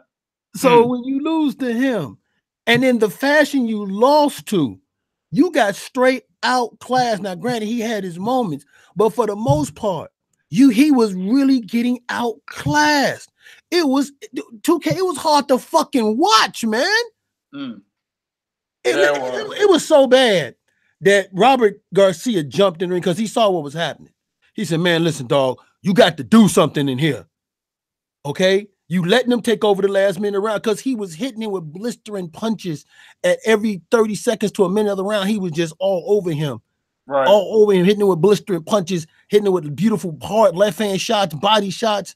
And you can tell me they wasn't hurting, but it looked good to the fans. Now he started getting fatigued in the second half of the fight, but man, when you lose, dude, hang him up. That's all. Okay. Yeah, and you know, I think that the opponent choice, I think they were banking on Rios beating Humberto Soto in a war. Yeah. But the judges saw a clear victory for Humberto Soto, dog. Like the scorecards weren't even close, fam. 118, 112 twice, 119, 111. They weren't even close, fam. No. He lost almost every single round. Yeah. That's it, man. If you watch that fight, trust me, you'll be like, I can see where it happened. Yeah. Exactly. All right, man. Let's move on to the next one. Second to the last one, man. Joe Joyce, man. We touched it. You know, he beat the fuck out of Bermain Stavern and all that. You know, Stavern was actually clipping him with some of them counter right hands, but we talking about a fat ass, overweight, butter biscuit eating Bermain Stavern. He had 2 buckets of Popeye chicken, man, before he got in the ring. 2 buckets. You mean, man, he came in at a ready fit 273. 273. 73, fam. Boy, oh boy, man. Listen, man. And I know Joe Joyce was trying to get the rounds in, but I don't care that Bermain Stavern lasted as long as he did. I'm looking at Joe Joyce. I'm looking at his balancing, right? He had a nice jab. I'm looking at how he's putting his combinations together. Bro, when he was throwing the right hook, he would turn his body slightly to the right. Actually, it was both hooks. Let's just say the right hook for now. He would turn his body slightly to the right and then unleash the right hook. That is telegraphing at its finest. Yes, you know what I'm saying? He did the same thing on the left side. He would slightly turn his body to the left and unleash the left hook. Telegraphing at its finest. Y'all didn't see that? Go back and watch it. You'll see it now after I just mentioned it. His balancing was off. he was being knocked off balance multiple times. It was like when shots hit his gloves, his footwork was no longer there, and he would have to reset himself, which he did because Bermane Stiverne is not a high volume type of fighter. He's a counterpuncher that sits back, waits for you to come forward towards him so he can land his counter shots. So he wasn't going to take advantage of, Joe Joyce being off balance, and that's why you might not have seen that. But I say against like a Tyson Fury, Anthony Joshua, a Deontay Wilder, hell, a Dominic Brazil, dog. Yo, I don't think Joe Joyce got a long way to go. And I think he understands that, yo. I think he understands it because he said in a post-fight press conference or in a post-fight interview that he needs at least 2 or 3 more fights before he can be considered with the upper echelon. Now, I don't agree with 3 or 4 more fights. I'd say maybe 7 or 8. You know what I'm saying? You saying this dude need two whole years. Bruh, he needs to be like 16-0 before. From what I saw in that fight, if he's already, 32? He's old, dog. He's an old man in boxing, or at least middle-aged man in boxing.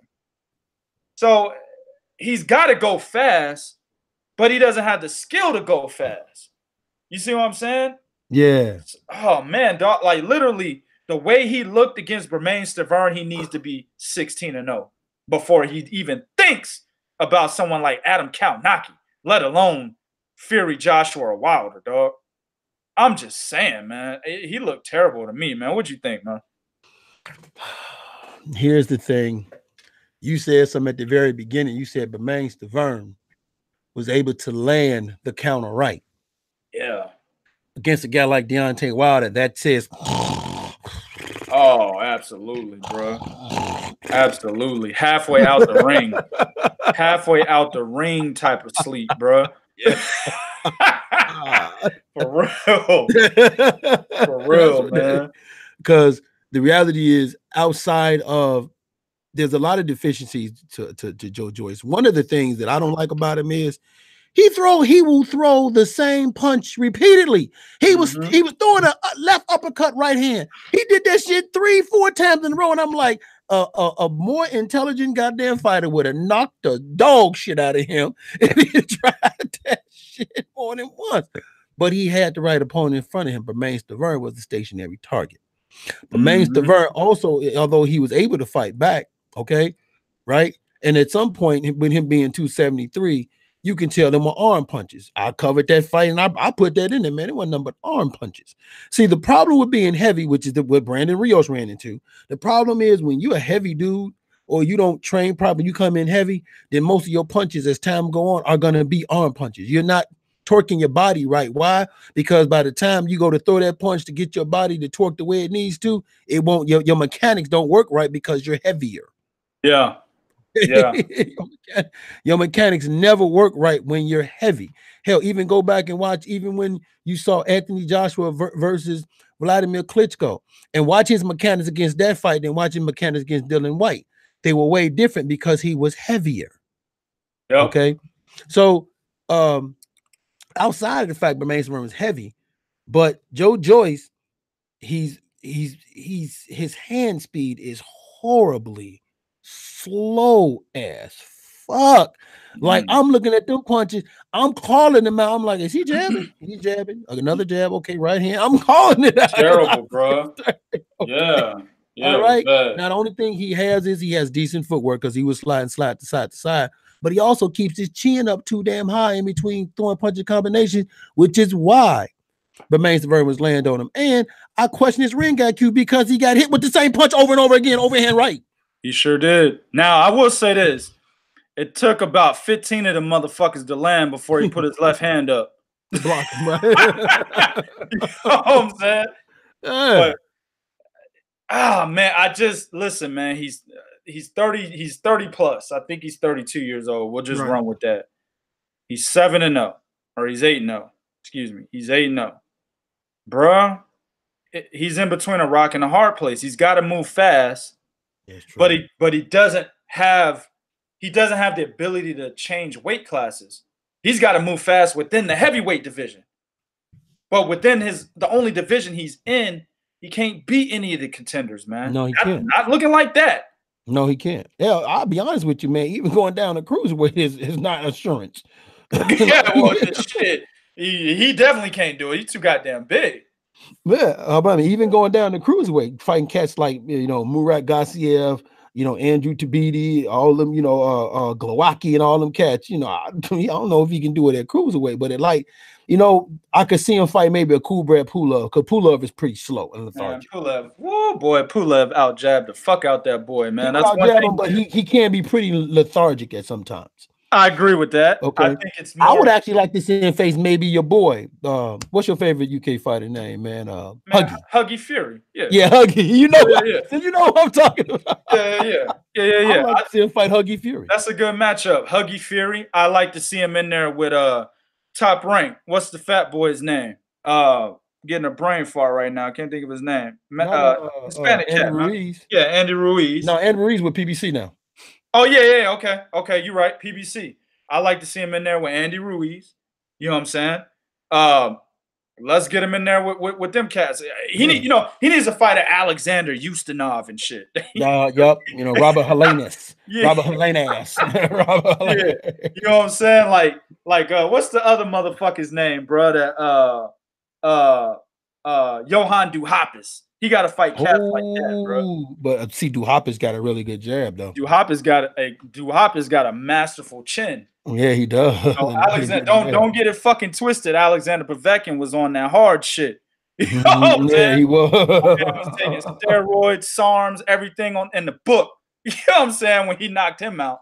So, like I said, he's in between a rock and a hard place. Yeah. I don't know what he's next up for that WBA regular title. Nah, man, he can't do it. Nope. He talked about that too. He talked about it. He said he want that title. Nah, man, Shannon Briggs might beat him, dog. Ooh. Shannon Briggs might beat him, fam. Ooh. Man, listen, Manuel Char is the fucking WBA regular champion right now. He beats him. Yo, Frezzo Kendo, nigga. Well, Frezzo Kendo beats a lot of guys at the heavyweight. Hey, stop it. No, he doesn't. Hold on, wait a minute, dog. You didn't let me engage a little bit. Nah, man. Nah, bro. Fuck that. Listen, but Frezzo Kendo got a shot. I'm just saying. Based on what I seen against Bermain Stavern, Frezzo Kendo got a shot. Now, I agree with you there, man. Man, dog, he's listen, and Abel Sanchez is not the right trainer, dog. Why do niggas go to Abel Sanchez? Why do they do that? Because Abel Sanchez is the name, and here's the thing: you got certain trainers that, if they're training you, a lot of these other entities will get behind trainers. Famous like Freddie Roach. If Freddie Roach name is on you, a lot of people get behind you. Because of their connections with certain amount of people, so people will get behind you because of that alone, right there. Right. I think. Listen, man, you're right about that, dog. Manny Pacquiao definitely. I mean, Freddie Roach had already had, his name sewn in boxing as a trainer at that point in time. But Manny Pacquiao just completely put him on a whole nother level. Abel Sanchez did some great work with the Norris brothers. Back in the day. Oh, Terry Norris. Yeah, Terry and Orland Norris. Orland Norris, yep. Abel Sanchez did some great work with them cats. You know what I'm saying? But Gennady Golovkin put him over the map, on the map, just above and beyond. You see what I'm saying? And you're right. They see that and they feel like, oh, shit, man, he's a name. I'm going to fuck with him. The only one that I feel that has gotten a big name by what he's done with fighters, and rightfully so, is Roberto Garcia. He's teaching motherfuckers that don't know how to jab, a la Marcos Maidana. And jab effectively, too. You see what I'm saying? Roberto Garcia is actually doing a very good job. You feel me? But guys like Abel Sanchez, look, we just saw Abel Sanchez take Murat Gassiev in the ring and get slaughtered.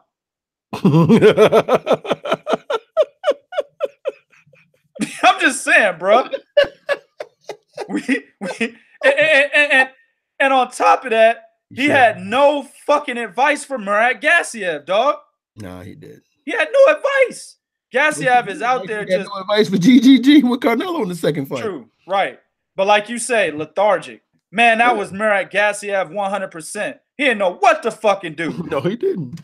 And Abel Sanchez was the same. Them niggas got back to the corner and they looking at each other. So, shit, what you want to do after the fight, man? You want to get something to eat? Get the fuck out of here. Are you kidding me? Stop going to Abel Sanchez, man. He don't know how to teach niggas nothing. You got to go to Abel Sanchez, an already made fighter. That's when you can go to Abel because his training is excellent. I will give him that. You train in a high altitude environment. Training is excellent with Abel. But if you're not already a smart fighter, you're not already an established fighter. Listen, as much as niggas don't like Golovkin, Golovkin was already an established fighter from what he did in the amateurs. That's true. Right? If you're not already an established fighter, you're not already smart, Abel Sanchez ain't going to get you there. Joe Joyce needs a different trainer, man. I'm just saying, bro. I'm just saying, man. You know what's funny is, you know, we talking about trainers that you put your name on, that the entities follow you. And then we talk what you take from that, right? I look at Kovalev, and this is why, and I'm using Kovalev because he had Buddy McGirt. Go to 3kingsboxing.com, you see the interview. And you can tell from what Buddy McGirt said in the interview, that's what they worked on because that's exactly what Kovalev did in that rematch. Exactly. Okay, because but first thing Buddy McGirt told him was, I told him you can't knock everybody out, and we went back to the basics. Yep. I took him back to the basics because he forgot the basics. Okay.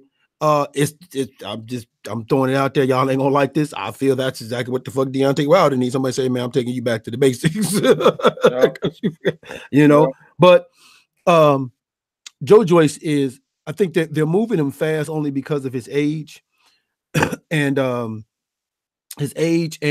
he don't you know, time is his window is very, very small, and he just happens to be lucky enough to be in the division where as long as you have a punch, we can get you in on some of the big fights. But I will say this, you're right, and Abel Sanchez said it too, because at first I was one of them cats that was like, well, listen, man, if Joe Joyce want Luis Ortiz, let him fight Luis Ortiz. Now I'm like, nah.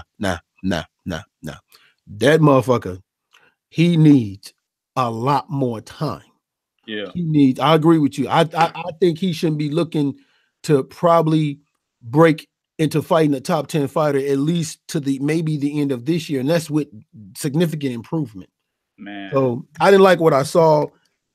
Like I said, man, you getting hit with the same punch over and over and over again. That didn't make no sense to me. I'll give him this. His work rate was good because of where he trained at. But and his punch placement was good. He was mixing up body head, but he throws the same combination too many times. He keeps his head up too that blame high. He's too slow and lethargic. So you know, he's still raw and has a lot of work that he needs done, man. I agree 100%. Bo, I'm gonna let you take this last one, man. The one we've been waiting on. Yes. Okay, let me explain something to you guys right now. You're not going to like what's going to be said. It's going to piss you off and it's going to upset you. You may even, because I see we already got one thumbs down. It might be more when this shit is over. Okay? Let me say something to anybody who feelings that might get hurt or who might feel some kind of way about what we say. I don't give a fuck how what I'm about to say makes y'all feel, because this shit is true. Boxing fans are way too emotional and way too loyal to entities within the sport instead of the sport itself. Okay, everybody wants to pick a side when, just like right now, we were talking about this. We were talking about this Wilder situation, right? Everybody already wants to pick a side. Oh no, ESPN is right.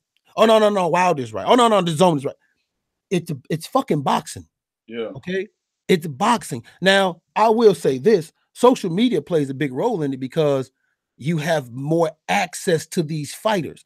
And a lot of cats, because a fighter might click like or repeat your name, you know, they feel like, oh man, we cool. And no, the fuck you not. No motherfucker, no the fuck you not. Okay. No, you're not. Just because you're following him or they follow you back, that don't mean shit. That don't mean shit. Okay.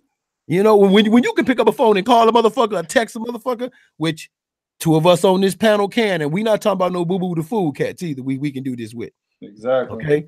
I'm talking trainers and top fighters. My man, well, I ain't gonna tell his business, but my man shouted out to somebody Happy New Year, and they shouted out right back, thanks 2K by name, goddammit. Okay, they shouted him out by name. It wasn't, I appreciate it. No, it was by name. Okay. Yep. So a lot of times these fighters, because I think there's agendas with a lot of these dudes with misplaced loyalties that they want to put in so bad that admitting that this guy who you've been repping or this guy who you've been rocking was wrong, it's hard for them themselves to admit they was wrong. And I say this all the time. When I see a lot of you guys as fans or as cats that I see on social media talking, when I see a lot of y'all, man, saying some of the stuff you saying, I'm saying that's because that's how you are in real life. Okay. And you are like that. Like when you accept an excuse from a fighter, you're like that in real life. When you accept a bullshit excuse from, you like that in real life. You know what I'm saying? When you show up for work, they be like, yo, why are you late? You be like, oh man, let me tell you, man, you know, my wife did, nigga like me, I show up late for why are you late? Hey man, what can I tell you? I'm late. What's up? I'm late. Exactly. I'm late. What's up? No excuse for you, man. What you gonna do? You know what I'm saying? Right. You know, am I going home? What's up? Right. Am I going home? 1-day suspension? What's up? You know, right. That's all it is, man, because there's nothing you can say. And at the end of the day, all of these people that y'all repping, they're the only person they looking out for is themselves. Yep. They looking out for themselves too, because why? Because they're running a business. Yep. And when you're running a business, you have to be fucking selfish if you want that business to succeed. You can't say, oh man, Tommy gonna be mad if I don't make this fight. You be like, hey, man, shit, Tommy gonna be mad. But Enrique, Castro, Anomaly, they gonna love this motherfucking move. I'm This nigga said Anomaly. God damn. God, who the hell is day parents? Damn. You know, so okay, man, what you think about this, man? And why do you think these fans are way too loyal to the entities within the sport instead of the sport itself? I don't know, bro. Like you I mean, once upon a time, I mean, listen, man, people have always been fans of boxers. You got fans who loved Sugar Ray Robinson. You know, all the way, we can go all the way back to the 20s, Jack Johnson, you know, Jack Dempsey, you know, Harry Greb. You know, fighters always had fans. God damn, that nigga said Harry Greb. You got to tell them who that is, man. They don't know no shit like that. Google it, motherfucker. I told him Harry Greb. I'm just saying, you know, the fighters always had fans. That's something that's not new, right? Mm-hmm. But what is new is how fans align themselves as one with certain entities. For example, you got cats that align themselves with one referencing Top Rank. You got guys who will not align themselves and literally on social media boycott PBC or align themselves with only PBC. I think you hit the nail on the head, dog. It's all about social media, man. Social media has opened up a whole nother box in terms of how boxing fans can get their emotions manipulated in the way that we're seeing, dog. You know what I'm saying? Social media is killing that shit. You know what I mean? Now, before we had social media, you could ask me, who was your favorite fighter? I said Roy Jones Jr. Now, I didn't disrespect other fighters Roy Jones Jr. was going to fight. Exactly. I just wanted to see a boxing match. Exactly. I still liked James Toney.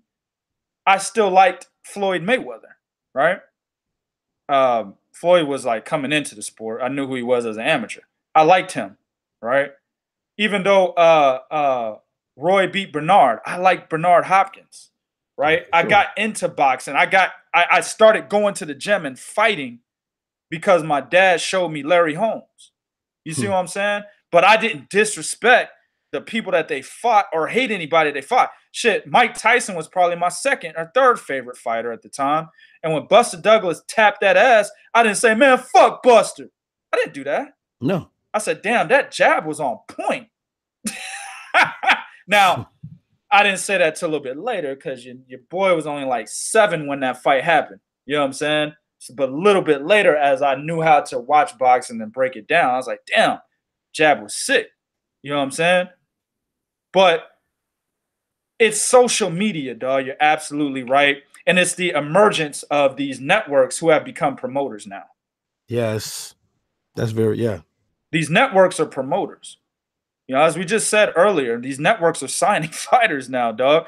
It's a separate contract to sign with Matchroom Boxing and Dazn. 2 separate contracts. They're not the same. That's very true because Daniel Jacobs was signed with Matchroom. He just recently signed with Dazn. Signed with Dazn. You're absolutely right about that. I forgot. Those are 2 separate contracts, dog. You could sign with Top Rank. Now, Top Rank has a big deal with ESPN. So you could be with Top Rank and you'll feature on ESPN. But if you want an exclusive deal, you sign a separate contract with ESPN. You see what I'm saying? That's an exclusive deal, Tyson Fury got. Exactly. You see what I'm saying, dog? They didn't have that shit back in the day. You know? So I agree with you 100%. It's the emergence of social media, and I'll add to that, it's the emergence of these networks playing promoters. That's the fucking problem. So now you got fans who are fans of fighters more than ever than they are fans of the sport. And that's the fucking biggest problem that we have in boxing. We got to eradicate that shit, man. Well, I also think another part is boxing at some point became commercial, meaning that boxing itself only wanted to sell you one part of the sport, which was the knockout. Right. Okay. They wanted to sell you the knockout. So they promoted only the knockout, right? Back in our day, it wasn't like that. If it was a good fight, they promoted you the good fight. Okay. They promoted you the entire bout. They promoted you everything that's going to come with this fight. I think, and you can actually look at the Mike Tyson era when it was all about the knockout. Because remember now, once upon a time, we wasn't getting knockouts like that till Tyson came along. You know, I may talk shit because I'm a different breed of a fan. I may talk shit about Sugar Ray Leonard, but I give him props that, hey man, at the end of the day, he still fought some of the other 3 guys out there. He did fight Tommy Hearns. He did fight Marvin Hagler. He did fight, Roberto Duran. Okay. Right. I may get mad and say, man, when Sugar Ray invoked that rematch, he knew Duran was 180 pounds. But also I can say this, it's not Sugar Ray's responsibility that Roberto Duran stays in shape. Exactly. And that's always been my sentiment about that. You know what I'm saying? Sugar Ray was definitely an opportunist. He knew that. Yes. He knew that Roberto Duran gained so much weight in between fights, but that's Roberto Duran's fault at the end of the day. It's his fault at the end of the day. So I can still give him props. Like 2K, I tell you, I've had to defend Oscar De La Hoya. Okay, yeah. And I think that's the difference between us and these recent crop of fans is there's no learning the history of the sport. Yeah. Like a lot of guys will base their decision off BoxRec. Like if you looked at BoxRec and you saw Humberto Soto's record, you think Brandon Rios was gonna crush him. Right. I'm like, no, you can't. You right. know, right. You can't do that. For when this is why you got to pay attention. Like when we give our breakdowns, right? I can sit and tell you, I watch film on guys. 2K nigga was at my house when we went to the zone. We was watching fights. We here watching fights, dog. Yeah. We watching fights, dog. Old ones, up to date when we were watching fights. So I think there's a lot of what like boxing has played a part in because what it was selling the fans, but I think also some of it is that the lack of the ability to learn more about the sport is what actually hurts it. Because look at like MMA, Holly Holmes, for example. She always gets these fights. Now, she don't do well, but you know what MMA says? Hey, this is Holly Holmes. She beat Ronda Rousey. You can't count her out. Her last fight she was doing this in football. They do the same thing. They say, hey, this team is the worst team in the league, but the last couple of games, their point percentage improved by +10. Their defense was like on the offense, on the defense side of the ball, they're -5. So, they say you certain things to make it sound better. Boxing used to do that. I remember listening to Dr. Freddie Pachenko. Y'all don't know who that is, but it's okay. I remember listening to Dr. Freddie Pachenko, Howard Cosell. I remember when Marv Albert actually did a boxing match. Okay, yep. And I remember listening to them, and they would always teach you something about the sport. I remember when Al Bernstein had a forehead. Al Bernstein had a fro. I remember when Al Bernstein had a fro, though. I remember that shit. Hell yeah. The black dude. I remember when the black dude had a fro. He had a little fro on his head. The black dude from Showtime. He bald headed now. Oh yeah, I can't think of his name. I know. Yeah, I can't think of his name. I remember when he had hair. So, hell, I remember when fucking Jim Lampley hair was black. I remember when Jim Lampley had black hair and a mustache. Yeah, and a mustache. Yeah. Yeah. Right. And they talk differently about the sport and the way they promote it. But I think social media gives people so much access to fighters. A lot of the process of learning the history is lost because of the immediate access to the fighters that they have. Yeah, I agree 100%. My man Eric made a good point. He said Rocky movies, Mike Tyson distorted the image of boxing, in my opinion. And Chris said before that, Blood and Guts, HBO only wanted Gotti and Ward type of shit. And I agree with that too. And that's what I'm talking about. Boxing started promoting itself more commercial than, teaching you about the sport. And you're absolutely right, because a guy like Gotti getting into the Hall of Fame or fighting a guy like Gotti getting you $3 million when he was, I'm not knocking Arturo Gotti. I love Arturo Gotti, right? Because he would fight anybody. But let's keep it real. A guy like Gotti at that time should not have been the A-side over somebody like Floyd Mayweather. That should not have happened. Absolutely not.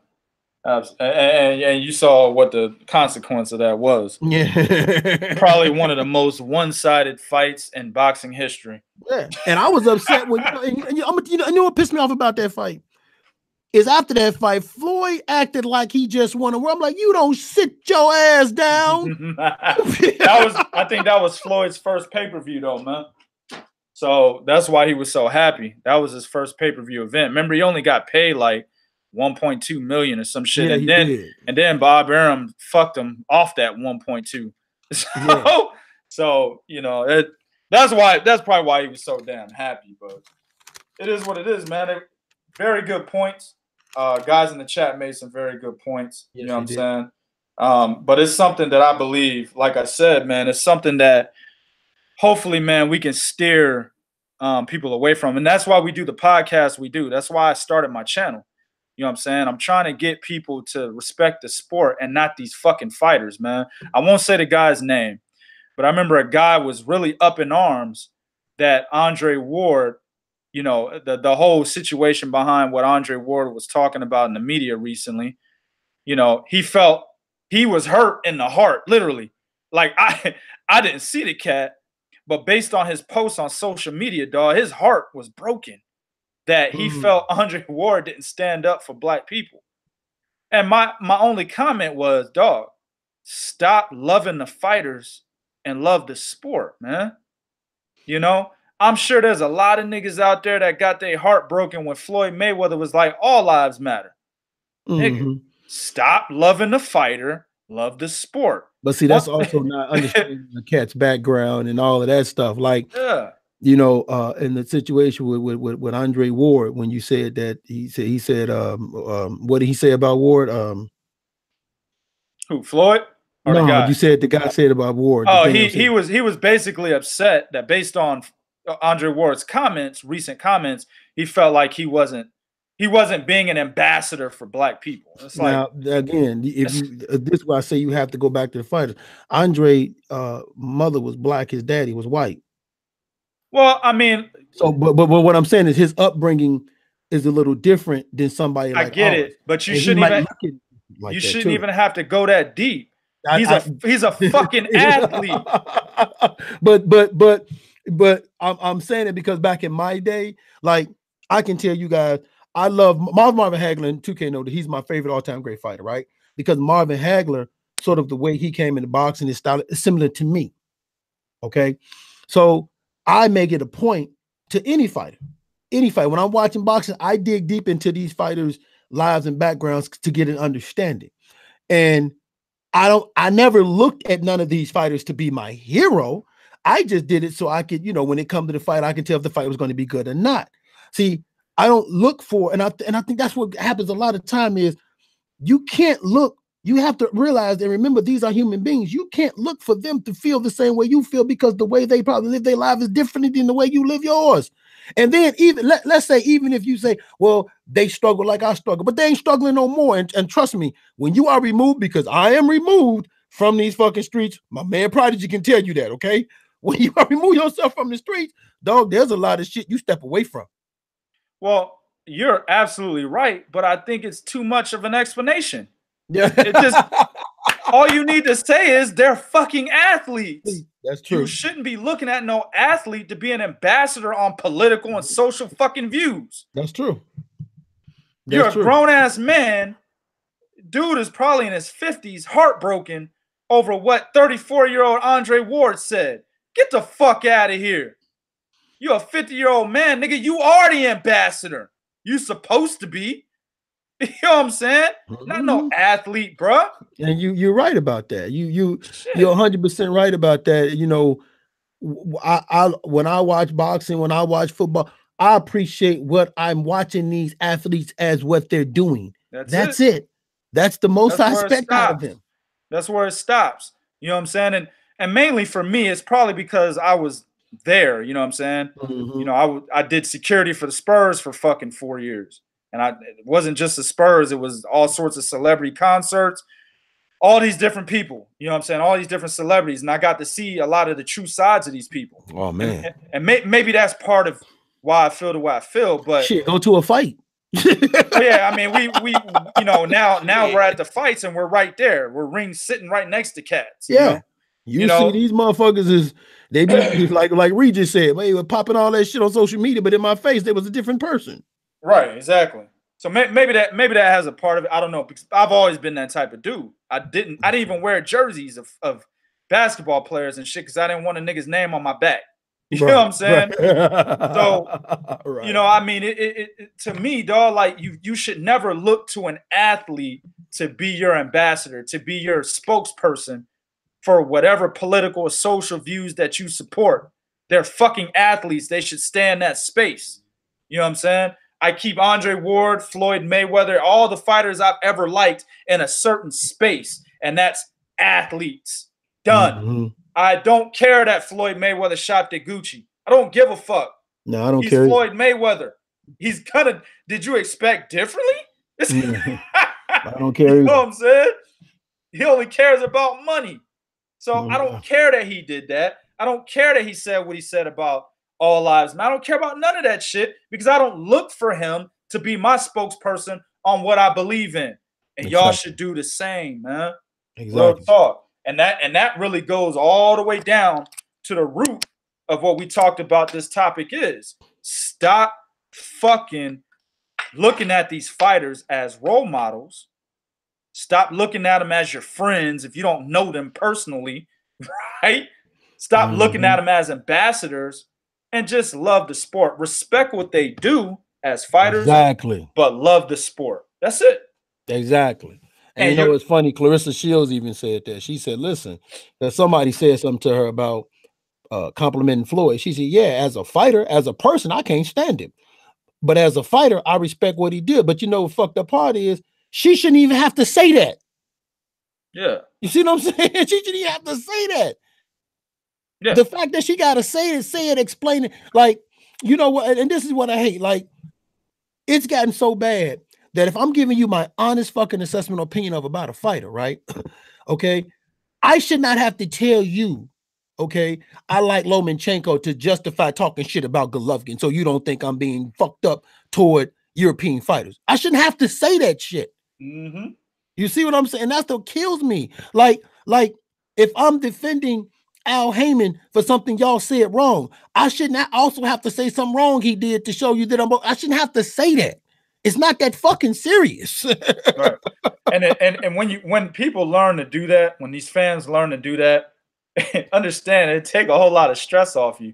I see cats be getting mad as fuck on social media, bro. I'll be laughing. I'll be enticing. I'll be laughing. I'll be saying silly shit to keep them going. I'll be laughing. Yeah, they're mad. And motherfuckers is mad as fuck. I can see them at their house doing that over a fighter because Tyson Fury signed with ESPN. Who? Yeah. Get the fuck out of here, man. Couldn't care less. And stop counting their money, dog. Damn, Yeah, it's not exactly. yours. Exactly. Yeah, That's why another thing. That's why Three Kings Boxing does not do stories on how much money a fucking fighter makes. We don't give a fuck. I don't care. We only care about the fights, who's getting, what fights are gonna happen. You know, we definitely get into the banter. If somebody's talking shit about somebody, we definitely gonna put that out there because that's promotion. You know what I'm saying?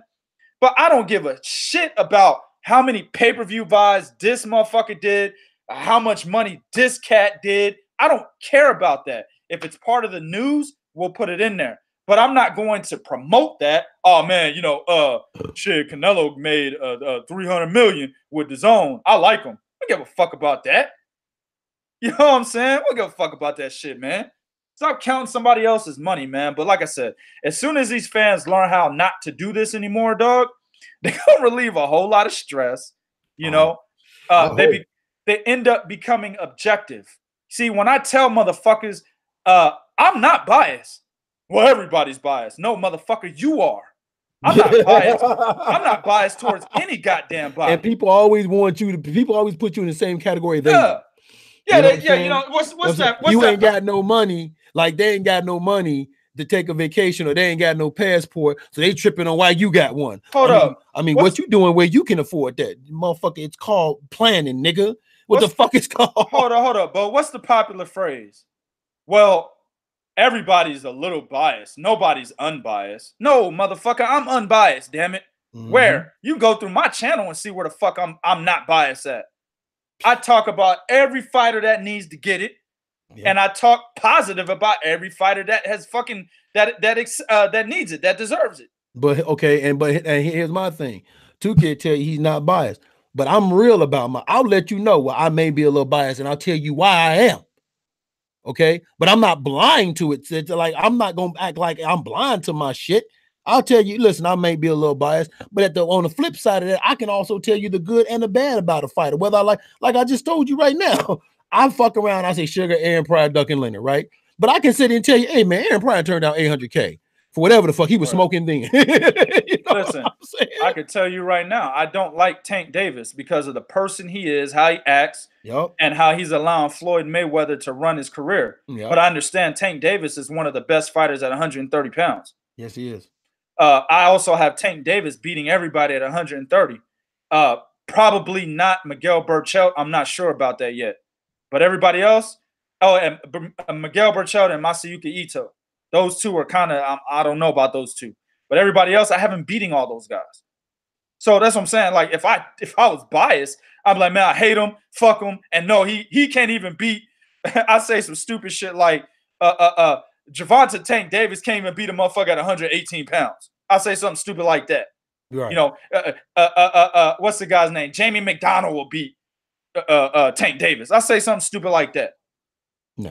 You know what I'm saying? So come on, man. Like it kills me, dog. But like I said, they become objective once they stop this shit. The shit is crazy. Like, you know, you can't like you guys get so wrapped up in the fighter, just so wrapped up that like you say shit that don't make no sense. Like this, like we saying the Jarrell Miller versus Anthony Joshua. The only reason why motherfuckers are shitting on that is because the same people shitting on that is a retaliation because cats was shitting on Mikey Garcia versus Errol Spence. So they want to shit on. So you know what I'm saying. So they retaliating by trying to shit on that. That's not good for the sport. Okay, saying shit like. And then this whole narrative of if so-and-so lose, he's done. Like Floyd, if Floyd take an L, Floyd career is over. If Ward took an L, Ward career is over. If Deontay Wilder take an L, his career is over. No, these motherfuckers are not. Right. We should have Marcos Maidana and a plethora of fighters. Like, if you look in the Hall of Fame, okay, look at the Hall of Fame right now. Tell me the number of motherfuckers in the Hall of Fame with O's, and tell me the motherfucker in the Hall of Fame with losses. Well, the ones that top the Hall of Fame are the ones with losses. Exactly. I can tell you that right now. The ones that top the Hall of Fame are the ones with losses. Yeah, and it's funny how that talk is always there. It's like, oh, if Deontay Wilder, if he lose to Tyson Fury, he's done. No, he's not done. He just lost to the better fighter. Ain't that what happened to Canelo? And look where he is right now. Right. So stop, man. Y'all got to stop with that. Learn the sport. Stop being loyal to something that's not about the sport. But unfortunately, and shout out to our boy Seth. Seth said something a long time ago in the Gods of Boxing Talk. He said the problem is they want that new money because they know they're gonna get us. It's that new money, and that new money come with these new problems. And we'll go ahead and end it there, man. I hope y'all like the sermon, bro. I'm about to cut that part out and repost that bitch. You know what I'm saying? Because, you know, motherfuckers be lazy, bro. They don't be watching. They don't be listening to the whole 2 hours of the podcast. So I'm going to cut that bitch and I'm going to repost that because cats need to hear that shit, man. Real talk. All right, we're going to end it here. Go ahead and get that disclaimer again.